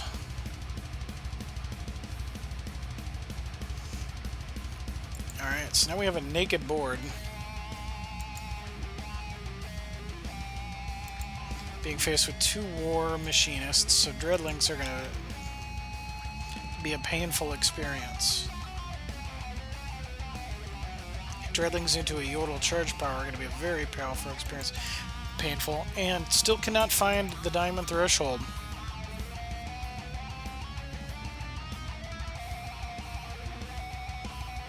It's also 2 damage a turn just for existing.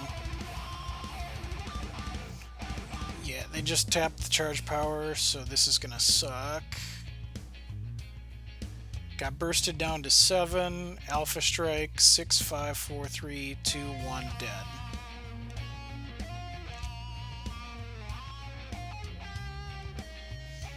Very dead.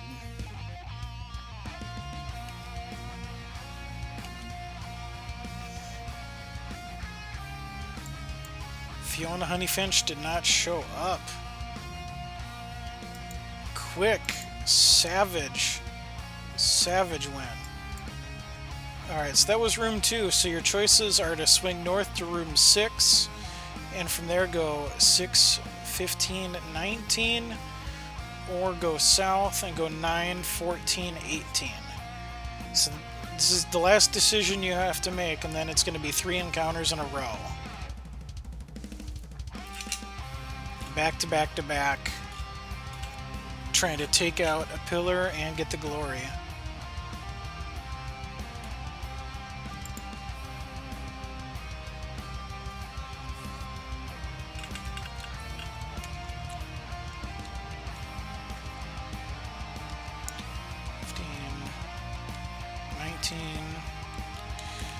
Path B,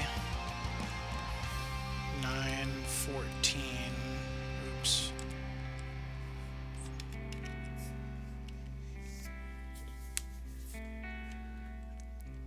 Two different avenues. 6 is sexy, need to pee real quick. Okay, so we're gonna go 6. Alright, well, Pandemica is making a quick bathroom run. I'm going to go ahead and do the same, just so that there's no other interruptions for the rest of the run. So I will be right back.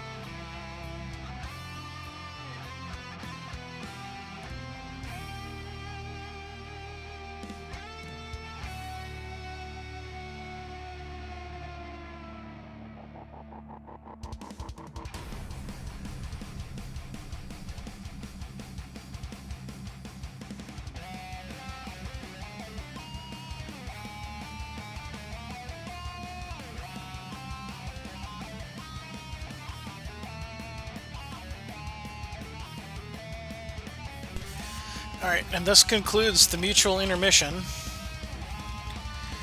So we're doing 6. Which is... okay, it's that one. Alright. I am locked and loaded. And coming at you. Pandemica, Challenge, Immortal...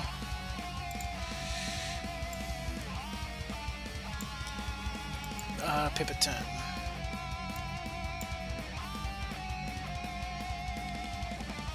Two decks defeated, 3 decks remain for our Tribunal Magistrate to knock out one of the 4 pillars of the dungeon.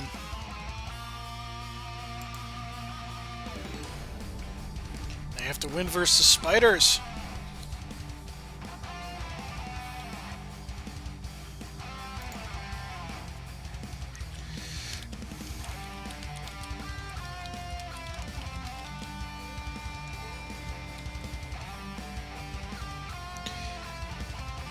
Lacks for a sapphire, but I'm gonna risk.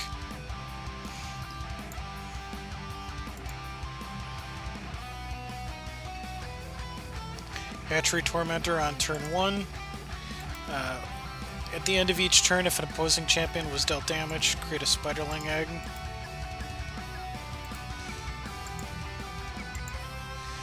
Alright, so I think the draw there was a Vilefang Eremite, which wasn't great. Need to find a Sapphire Shard in the rather near future, and just a few more shards in general.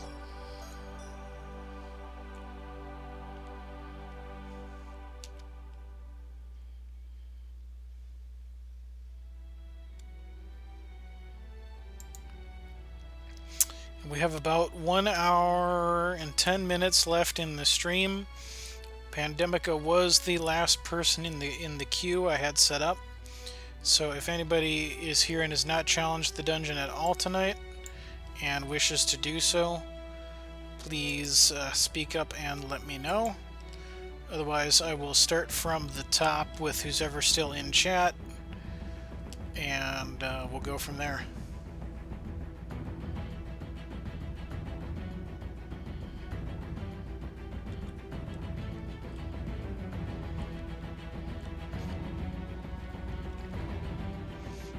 Alright, Crackling Bolt takes out the Hatchery Tormentor. And how big a deal that is depends on if there's a shard draw here. Oh, for crying out loud. Should not have kept that hand.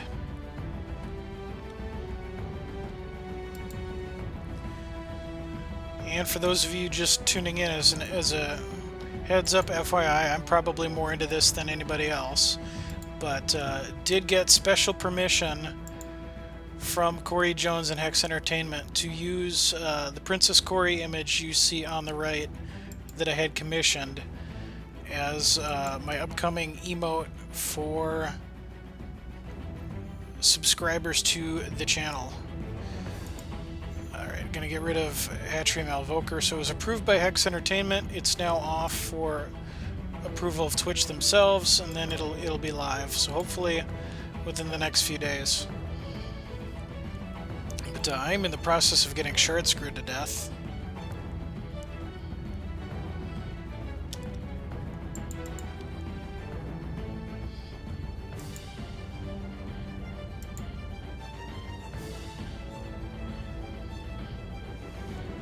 It's a bad day when a Vilefang Eremite has uncontested access to your face. Now there were 2 of them.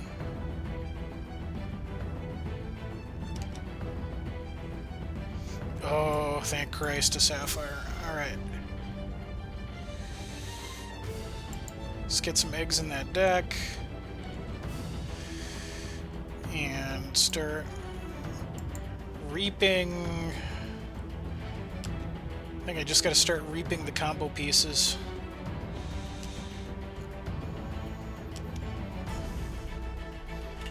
Kill a Vilefang Eremite, kill another Vilefang Eremite.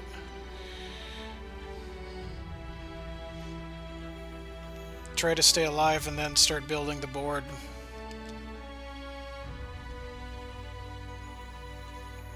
Alright, so Yodel Power means that probably the Shinhair that makes 3 Dreadlings is probably coming here.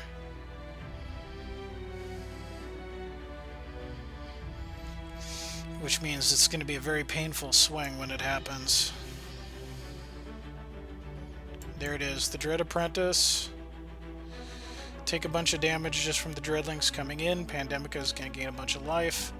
And then 1, 2, 3, 4, 5, 6 points of damage again. Brings us to 8.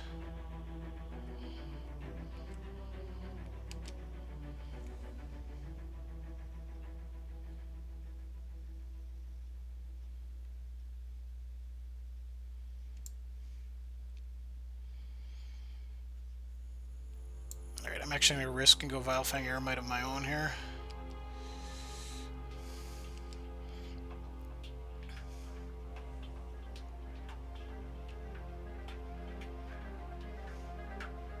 Could just be dead again. Probably just dead again.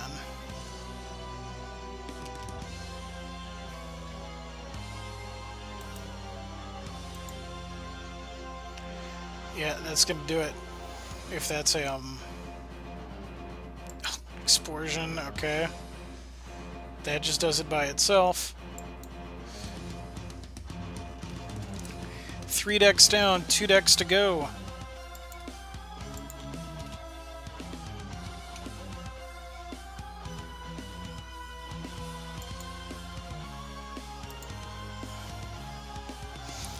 Alright.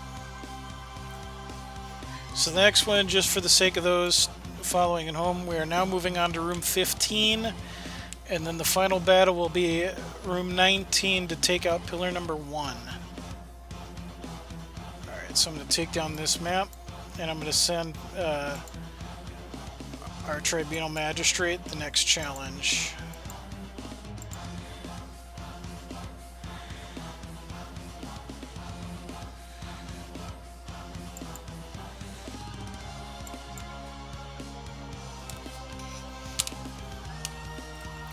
Three decks dead, 2 decks remaining.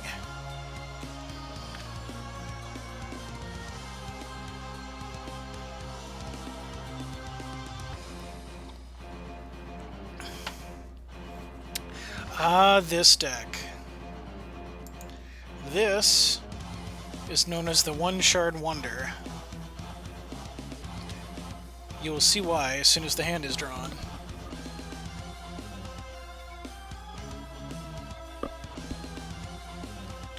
It's a very expensive deck. Yeah, keep. Snap keep. Snap keep.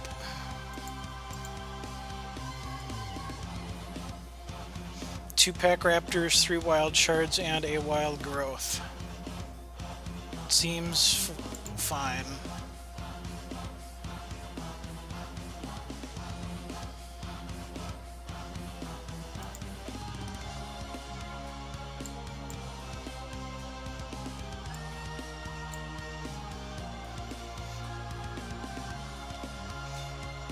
And Pack Raptor. Deploy, create 4 more Pack Raptors and put them into your deck. Pack Raptor has Swift Strike and +1/+1 for each other Pack Raptor you control. Alright, and that Pack Raptor is dead. So as you can tell, with this being One Shard Wonder, everything in the deck costs 1 shard. Need to find a Ruby Threshold. But we'll go ahead and play that Gas Troll, and we'll play the Pack Raptor. So now we have 8 more Pack Raptors in the deck. The disadvantage to that is it could be a little bit harder to find the Ruby Threshold now.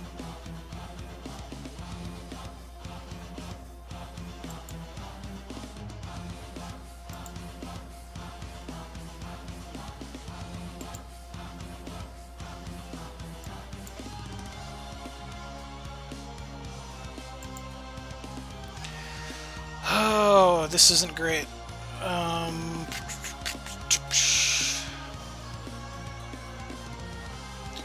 Double... I mean... This deck has to be super aggro, though, so I think I do this, and if it's blocked... Pump the bejesus out of it. Okay, it's not blocked.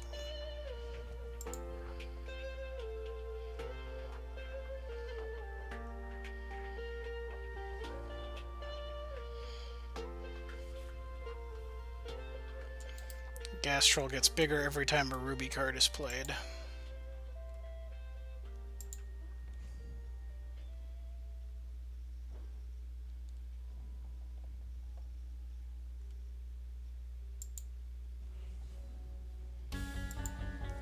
Okay, we really don't need more Wild Shards. I mean, seriously.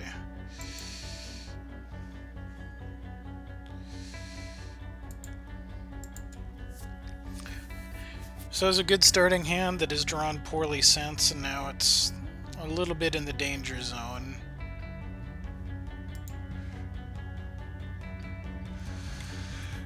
First time live, still catching up on the YouTubes. Love the show. Well, thank you for that. Appreciate that. And you get double the follower alert because I haven't phased out Nightbot yet in favor of Streamlabs. But appreciate the words of support. Glad to know that you are one of the folks who is checking things out on YouTube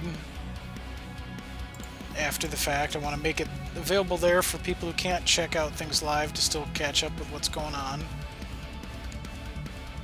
If you have a deck ready and want to challenge the dungeon, let me know, because Pandemica here is the last person in the current queue.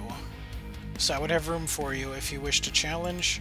If you do not wish to challenge and just want to watch, of course, that is completely fine.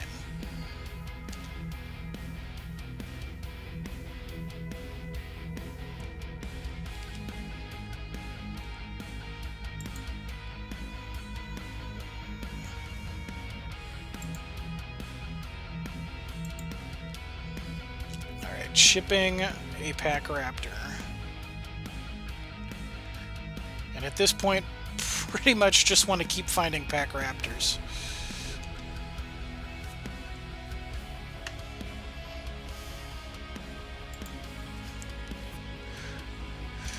Would love to, but deck building skills are mediocre at best and don't have time this evening. Maybe another time.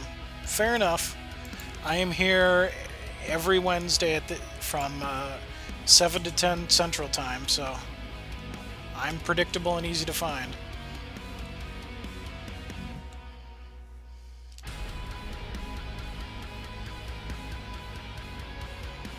Alright, so that is a swarm of dreadlings.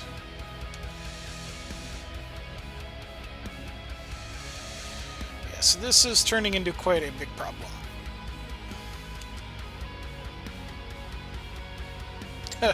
Cottontail Ronin, you are late.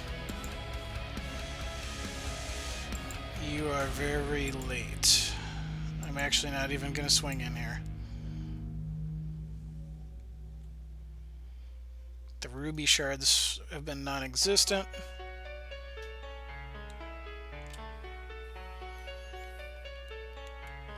At this point, the deck might be too saturated with Pack Raptors to ever find them. And that's pretty much death.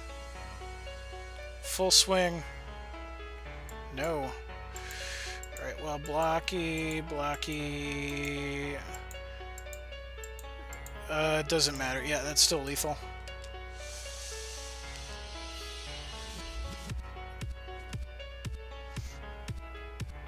So Pandemica, first ever attempt at the dungeon, is going to be facing the final battle. Put the dungeon map up here real quick. We are up in the top left corner, pillar number 1, room 19, for all the marbles. Go big or go home. You can see what Pandemica is playing for here by typing !prizes in chat. That will put in chat the link to the Google document where I keep the full list of prizes around so that we don't have to clutter up the screen with it. Okay, where's this deck?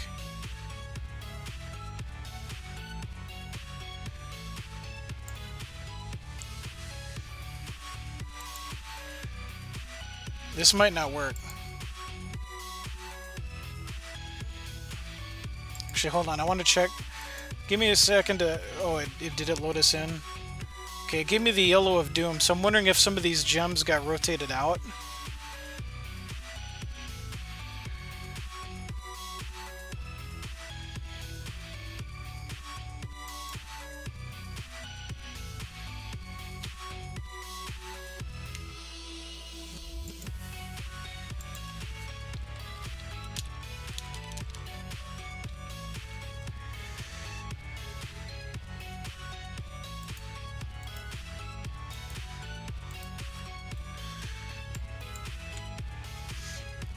We'll make do with it. I'm hoping I don't have a bunch of dead cards in here because gems rotated. But I don't like seeing the yellow.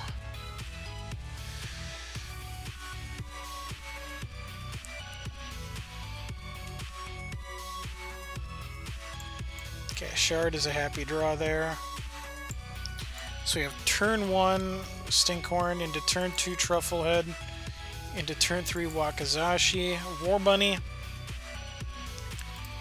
The end game here is to build towards Green Paw Emancipator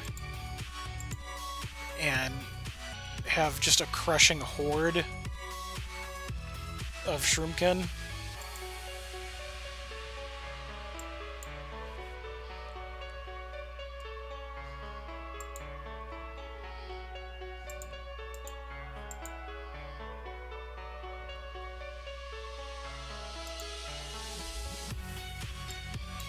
Alright, say hello to our everyone's friend Trufflehead. Pheromones is also devastating and probably never getting reprinted. Target troop gets opposing troops, must block this if able this turn. So one troop becomes the sacrificial lamb that everything has to block. And you slap that on something with lethal and some powered up attack, and you can just wreck.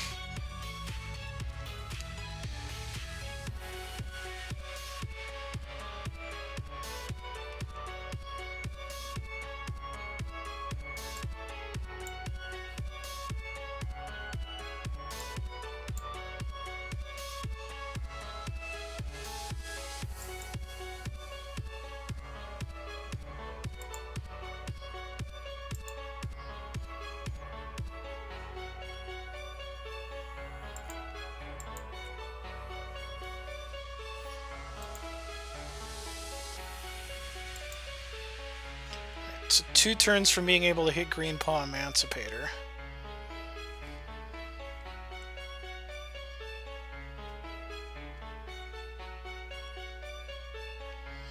And on that same turn, we can give all troops we control +1/+1. Turn after that could Pheromones.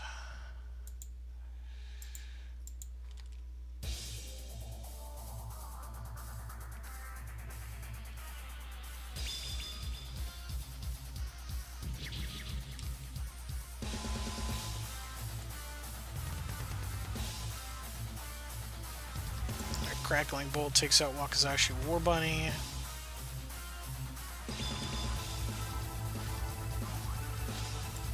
Alright, Pheromones number 2.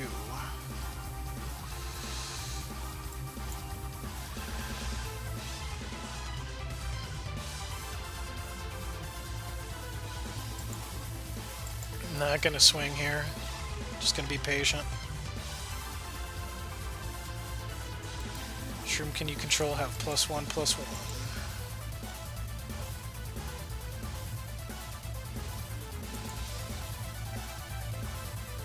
Alright, we have to suffer 2 damage for a card drawn.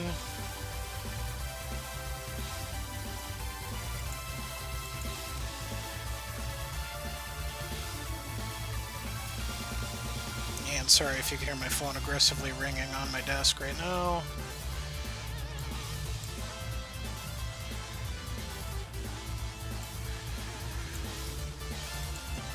Here comes Green Paw Emancipator. Into charge power.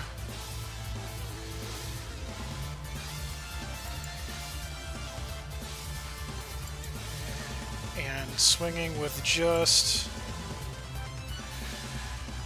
the, well, just those 2 for now.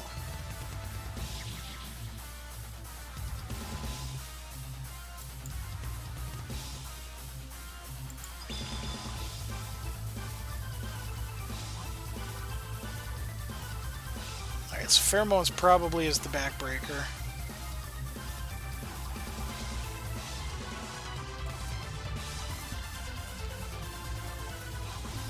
Unless we can get combo killed here.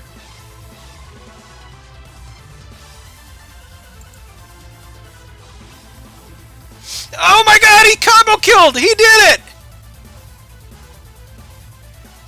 He did it! He was 1 turn from being dead as hell. He got the combo kill off. I had 2 Pheromones in hand ready to force you to block a lethal troop and swing in the next turn. You got the combo off in time. So Tribunal Magistrate, aka Pandemica, is going to walk away with the grand prize of 8 Scars of War boosters, 33,000 gold, And 1, 2, 3, 4, 5, 6, 7, 8, 9, 10, 11, 12, 13, 14, 15, 16, 17 individual rare cards. First try. He's undefeated. Victory. Just walk away now. Hall of Perfection. And I'm going to have to isolate that run afterwards, probably tomorrow or sometime. Because not only do I upload every episode to YouTube, but I also have a Hall of Fame video series that just shows the successful runs. So Tribunal Magistrate just raked in a massive haul, and I'm going to rename this the Give 3x of the boosters away to channel. Alright, so let me do this for a second here. Pandemic prize pool, because I'm going to need to distinguish what need to be sent versus other things. And current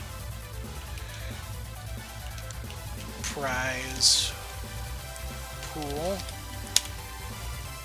I need to reset. There were 36 people who fell in battle before Pandemica came and kicked my ass. Alright, so let's get Deepbot up here. And you're going to make me... This is good. You're going to make me learn how to use Deepbot to do a giveaway. I haven't done this in a while. Raffles. We're going to do a keyword raffle. The keyword will be... we'll go... Tribunal Hype. And the raffle item is Scars of War booster. We'll make this a free raffle. No credits required. Yeah, that combo is nasty. And I'm going to put 5 minutes on the clock.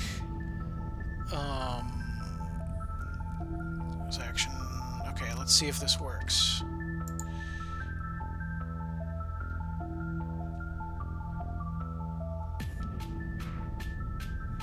Alright, let me see if, what happens if I do this.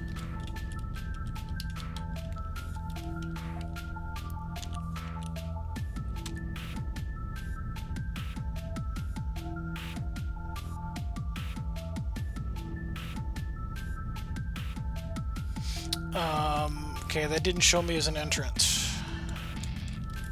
Tribunal Hype. Oh, it would help if I spell it right.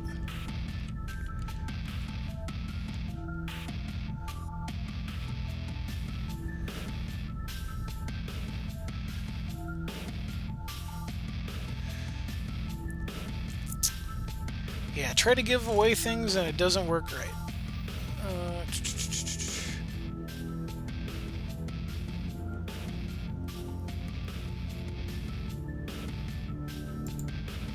Pause, reset. Amazing how much more focused you become if not streaming, right?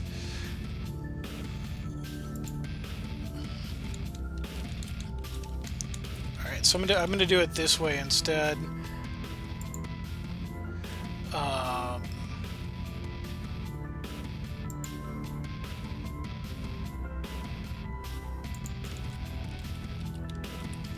I'm going to try to do this as a ticket raffle. Let's see if I can get this to even show up.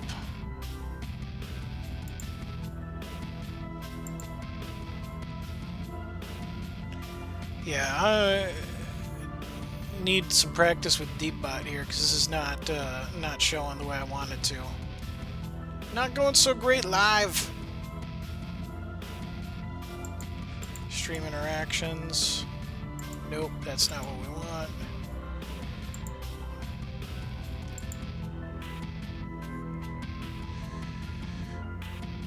And it didn't even give any. It's not even giving out a notice in the channel. So I don't think this is working. Oh, I need to hit the. Oh, good God, I'm an idiot. There we go. So if you, I opened it as a ticket raffle. Tickets cost 1 credit. You can buy up to 100. For every minute you've been watching the stream, you earned a credit. So, or just give everyone a booster. I would need people's in-games names for that. I'll run away with the leftovers. Alright. So Ytterbite, Stigma Buster. Well, yeah, there's 3 other people. Ignobite, Stigma Buster, and Seb. Throw me your in-game names in the chat. I'm gonna cancel this ticket raffle.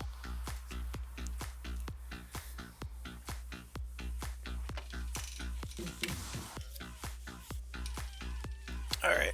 YTTERBITE.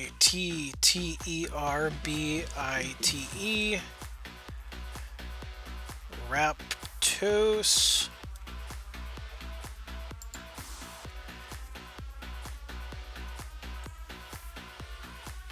And Ciab75. Tierz. Terz. Excellent. Very good. And thank you for the follow, Ytterbite. Alright, so I'm going to mark you down, all 3 of you down for 1x Scars of War booster. Courtesy of Tribunal, Magistrate, Pandemica, spreading the love around. And the rest of the prize pool I will send to you to do with as you please after the stream is over. Because as you can imagine, it's going to take a little bit of time to mail all that stuff out. And now the prize pool is going to be reset. We'll reset that as a base of... Yeah, pretty... There were a couple times where I had some very savage shard screw. We're going to set the base prize pool as 5k gold.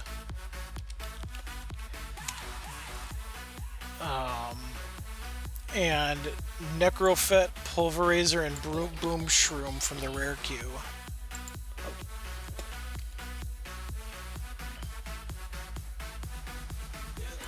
And what the hell, for a Frostart booster in there too, just as our starting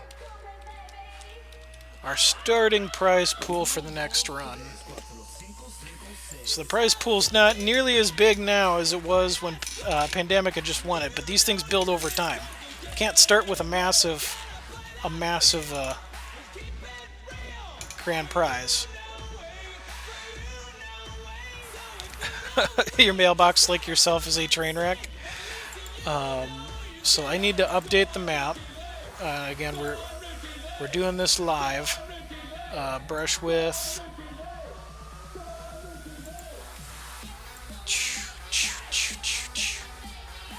Alright, so really I guess that means room 4 is taken off the table too.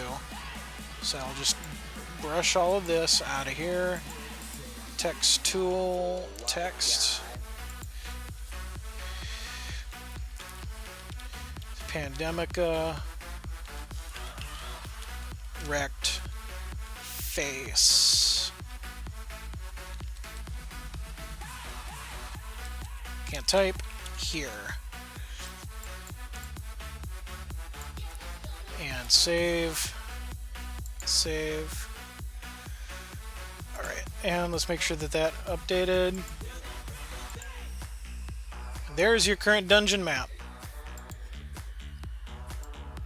The top half of the dungeon has collapsed, and 2 pillars remain. And we've got about 40 minutes left in my usual stream time. So anybody who is not named Tribunal Magistrate, because Tribunal Magistrate doesn't get to go again tonight after winning the grand prize, which I think is fair. If anybody else wants to take a run at the dungeon, please let me know. We got time for another run or 2.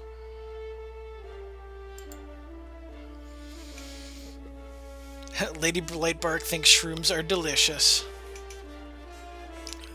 Such good nutrition. And with 2 pillars remaining, I have to build a deck for next time. Alright, we might call that a night. Alright, Stigma Buster wants another shot. Alright, good. I was going to say, otherwise, we might wrap up a little early if there are no challengers and just end on the high note of a pillar being taken out, but Stigma Buster's going to get a run.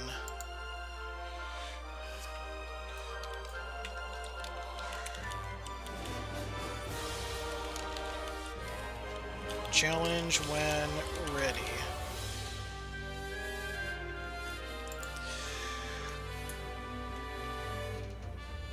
Sexy death cry. Alright, Stigma.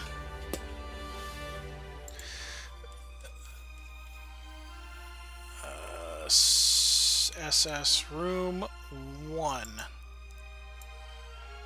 Wait, that's decline. This is accept. So not used to accept being on the left.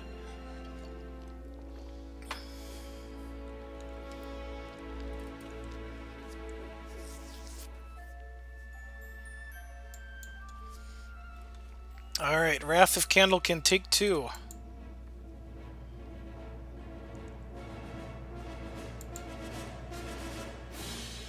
Thank you.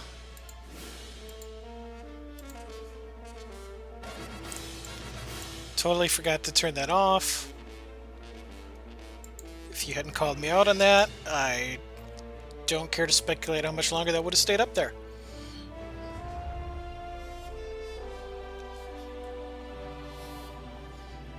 Alright. Yeah, it's going to be off for you now. Once you catch up.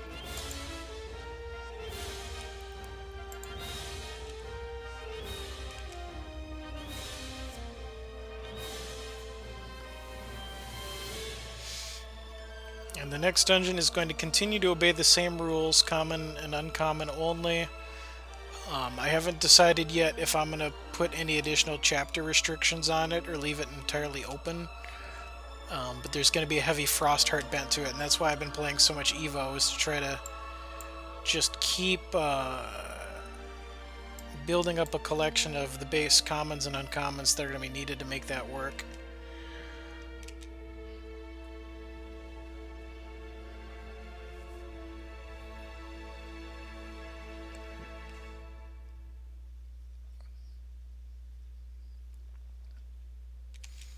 Okay, Arcane Alacrity. Again, early when you play an action, gain a charge. Illuminates, gets a charge.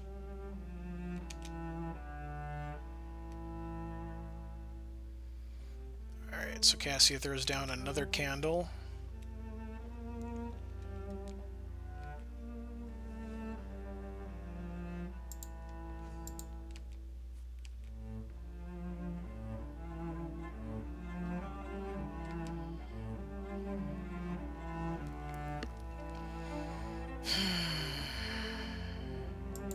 This is such a horrible waste of Dread Apprentice's potential. I didn't want these this early.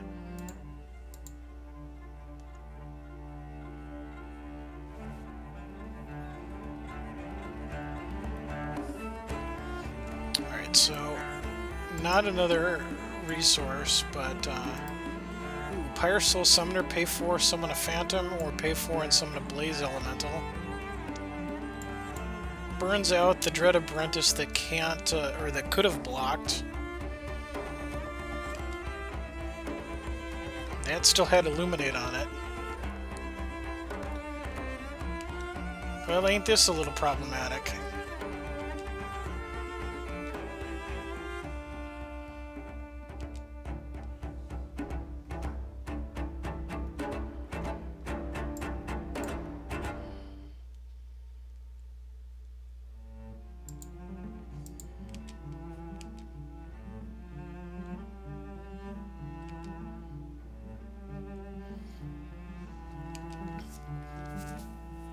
Might have been better to hold that back, but I feel like I want to push in damage, and now I'm regretting it because Surprise Illuminates. Now the candles are 3/3s. They can get illuminated up to 4/4s now.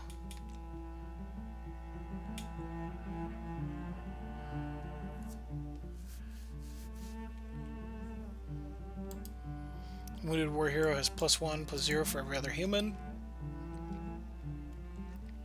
And now we gotta deal with phantoms too.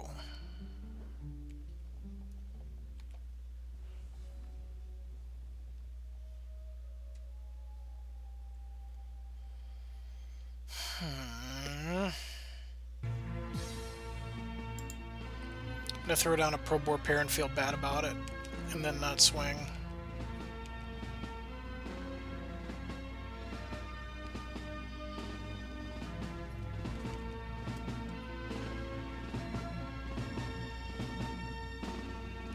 Need to take out some candles.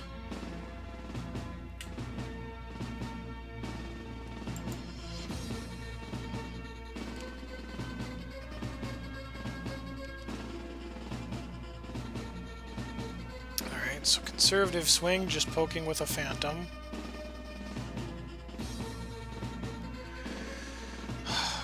Really need to... I'm gonna strangle that so that the phantom train stops. But I really need to find a way to get some extra shards or a little bit more power on the board, or the candles are just gonna get crazy.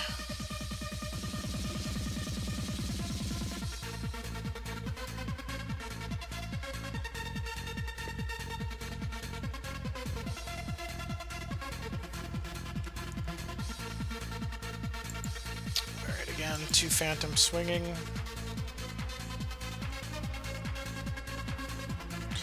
Three bulkies is just horrible to see right now.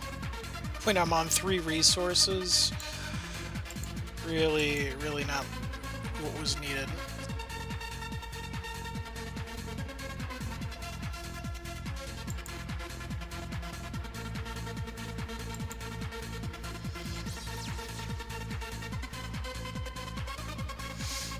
Those candles can, for the most part, laugh their way in now. Still waiting for them to decay some more.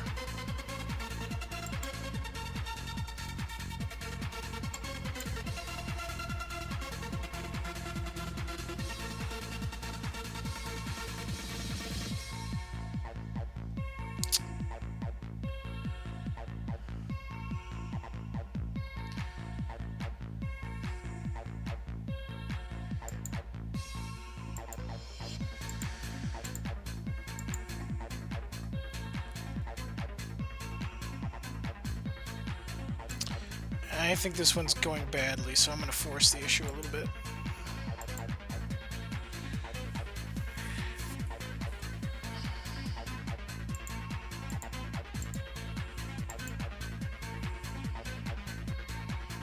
The candles can easily block these two. No worries. Everything else, though, has to be a little bit more thought out.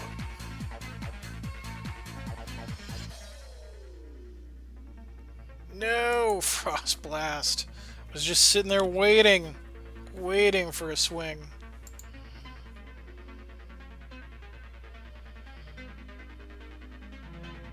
So how much damage? 2, 5, 6, 7, 8, 9. Just kidding. Even less. 2 Frost Blasts in hand.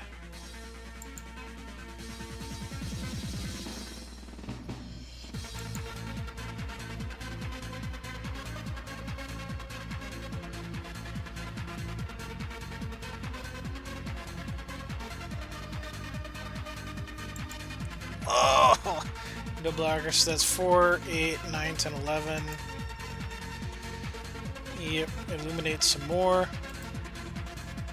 Those Candlekin are ready to smash.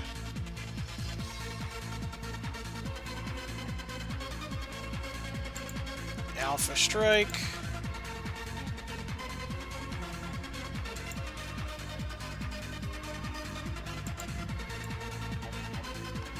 And we're basically dead.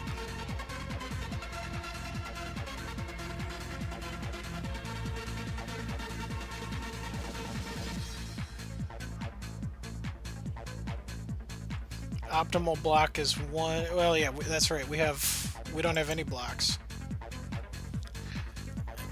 So Raptos is going to take out the first dungeon in the, or the first deck in the dungeon.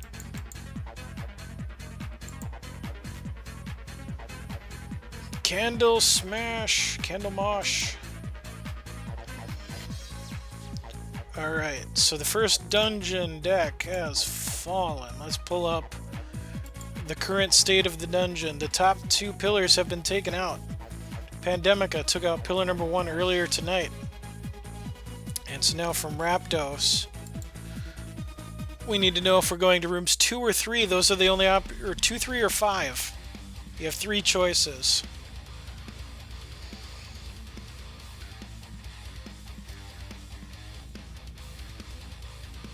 And that will dictate which direction we are taking it. Pillar 2 and Pillar 3 are the 2 that still remain. We're going to 2. Alright, so as always, send me a challenge when you're ready. And just a full disclosure for everybody currently in chat, this is, given that it's now 9:32, this is going to be the last run of the night. So we'll see Stigma Buster through to completion. Don't make that dirty. Then I will send out some prizes. Alright, so what is this about? This is Dungeon Masters of Entrath is a weekly game show that I run on my Twitch channel every Wednesday night from 7 p.m. to 10 p.m. Central Time. I design a dungeon. I'll just throw up the map here real quick, of a series of different decks. Each number you see here corresponds to a different deck encounter. The top brackets have been defeated, which is why they're scribbled out. Every node represents a different deck and a different encounter. Players get to choose their path through the dungeon. In best of 1 matches, you win, you keep going. You lose, your run is over.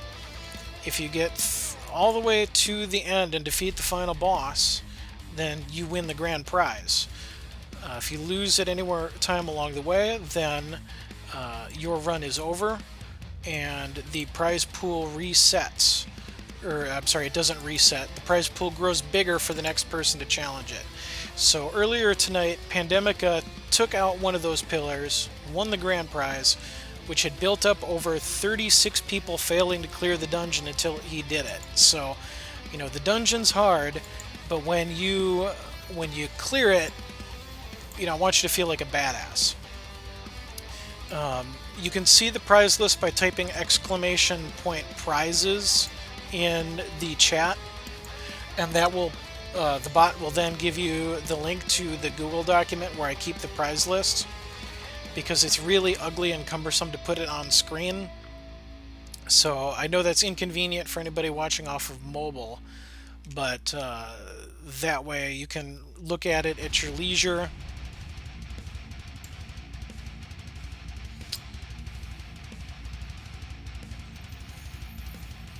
And as always, feel free to ask me any questions if you want some more information about how things work. The current format is Immortal. All sets are legal. Your decks may only use common or uncommon cards.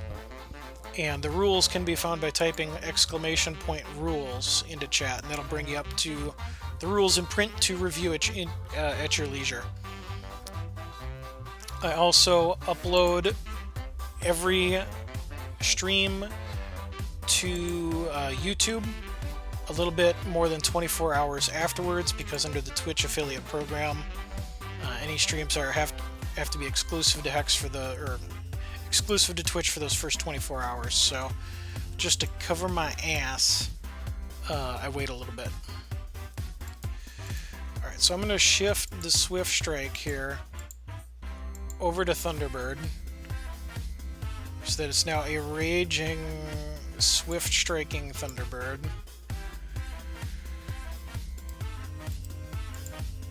And I'm gonna go ahead and just attack with that as is. So I've been doing this show every week for since February 8th. So this is actually right about the 5-month mark. of doing it every week. You know, just trying to slowly grow the audience and give people a show that it's more interactive, because since it's a game show, it doesn't work unless I have people who want to challenge me and fight the dungeon. Otherwise, it's just me playing Hex. But, you know, it's as much of a PvP with a PvE flavor to it as I can bring to it, and just trying to have some fun. And so I'm glad you guys think it's a cool idea. How does one enter the dungeon? Thus far, it's basically been just when you show up in the chat, letting me know that you have a deck that meets the rules. So again, immortal format, common, uncommon only. And then I take stock of who's ever in the channel that has decided that they want to play it, and go from there. Though I will be honest with you, at 9:30 at night here, I usually run 7 to 10 p.m. Central Time, so we're getting close to the closing time. So Stigma Buster's run is going to be the last run of the night. But if you want to challenge in future streams, you know, just show up and let me know. And typically, thus far, everybody who has shown up before about 9, so within the first 2 hours of the stream, and said that they want to play, has gotten a run. And I wish I could keep going even longer than the 3 hours I stream every week, or stream this show every week. But I gotta be into work rather early the next day, so I can't stay up too late. Over the winter, I might expand into some weekend times as well. But during the summer, my weekends are usually pretty busy. So this is going to give them Illuminate, but we're going to take out one troop. This prevents all combat damage from that. Did have to eat one of the candles.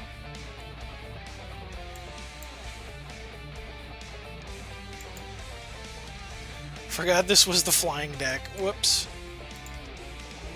Every Wednesday. I'll see you in the future. Glad to hear it. Always looking for more challengers. More challengers and more viewers helps keep content fresh for everybody, so we see new deck ideas.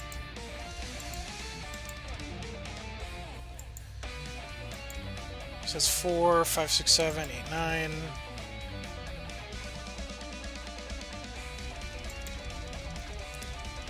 So we just need to not die. And the candles are going to be going down. Raptos forgot that this was the flying deck.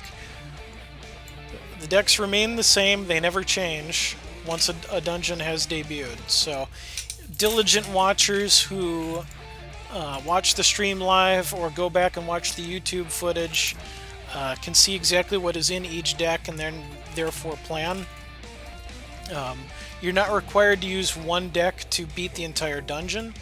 You certainly can, and Pandemica showed earlier tonight that it is entirely possible to beat the entire dungeon with one deck. But if you do wish to swap out between encounters to hate on a particular deck, you're able to do so. I think part of me thought that was 3. No, 3 is mill. 2 is flight, 3 is mill, 5 is grandfather elk. I'll give that away for free. Gotta get deeper into the dungeon to figure out the rest if you don't remember. But yeah, so we'll wrap up a little bit early tonight just because that was a nice clean break on a run, and any other runs are going to send me well past when I would normally end. So it's going to be a little bit before I can stream again. This weekend I have some friends crashing at my place, and so I'm hosting them, and we're going to be at a convention. So I'm going to be away Friday, Saturday, and Sunday, and then we're getting into next week again. I'm going to try to do some exercise streaming. time permitting, just to help kind of get a little bit of movement in and keep playing. But otherwise, depending on my work schedule, if I'm not exercising, then the next time I will likely be live again is next Wednesday for the next episode of Dungeon Masters of Entrath. So just keep an eye on things, but want to appreciate you all for hanging out with me, spending some quality time playing Hex. Congrats again to Tribunal Magistrate for taking it down. And I'm going to sign off here. Wish you all a good night, and we'll get prizes out to you in a little bit. So thanks, and hope to see you next week.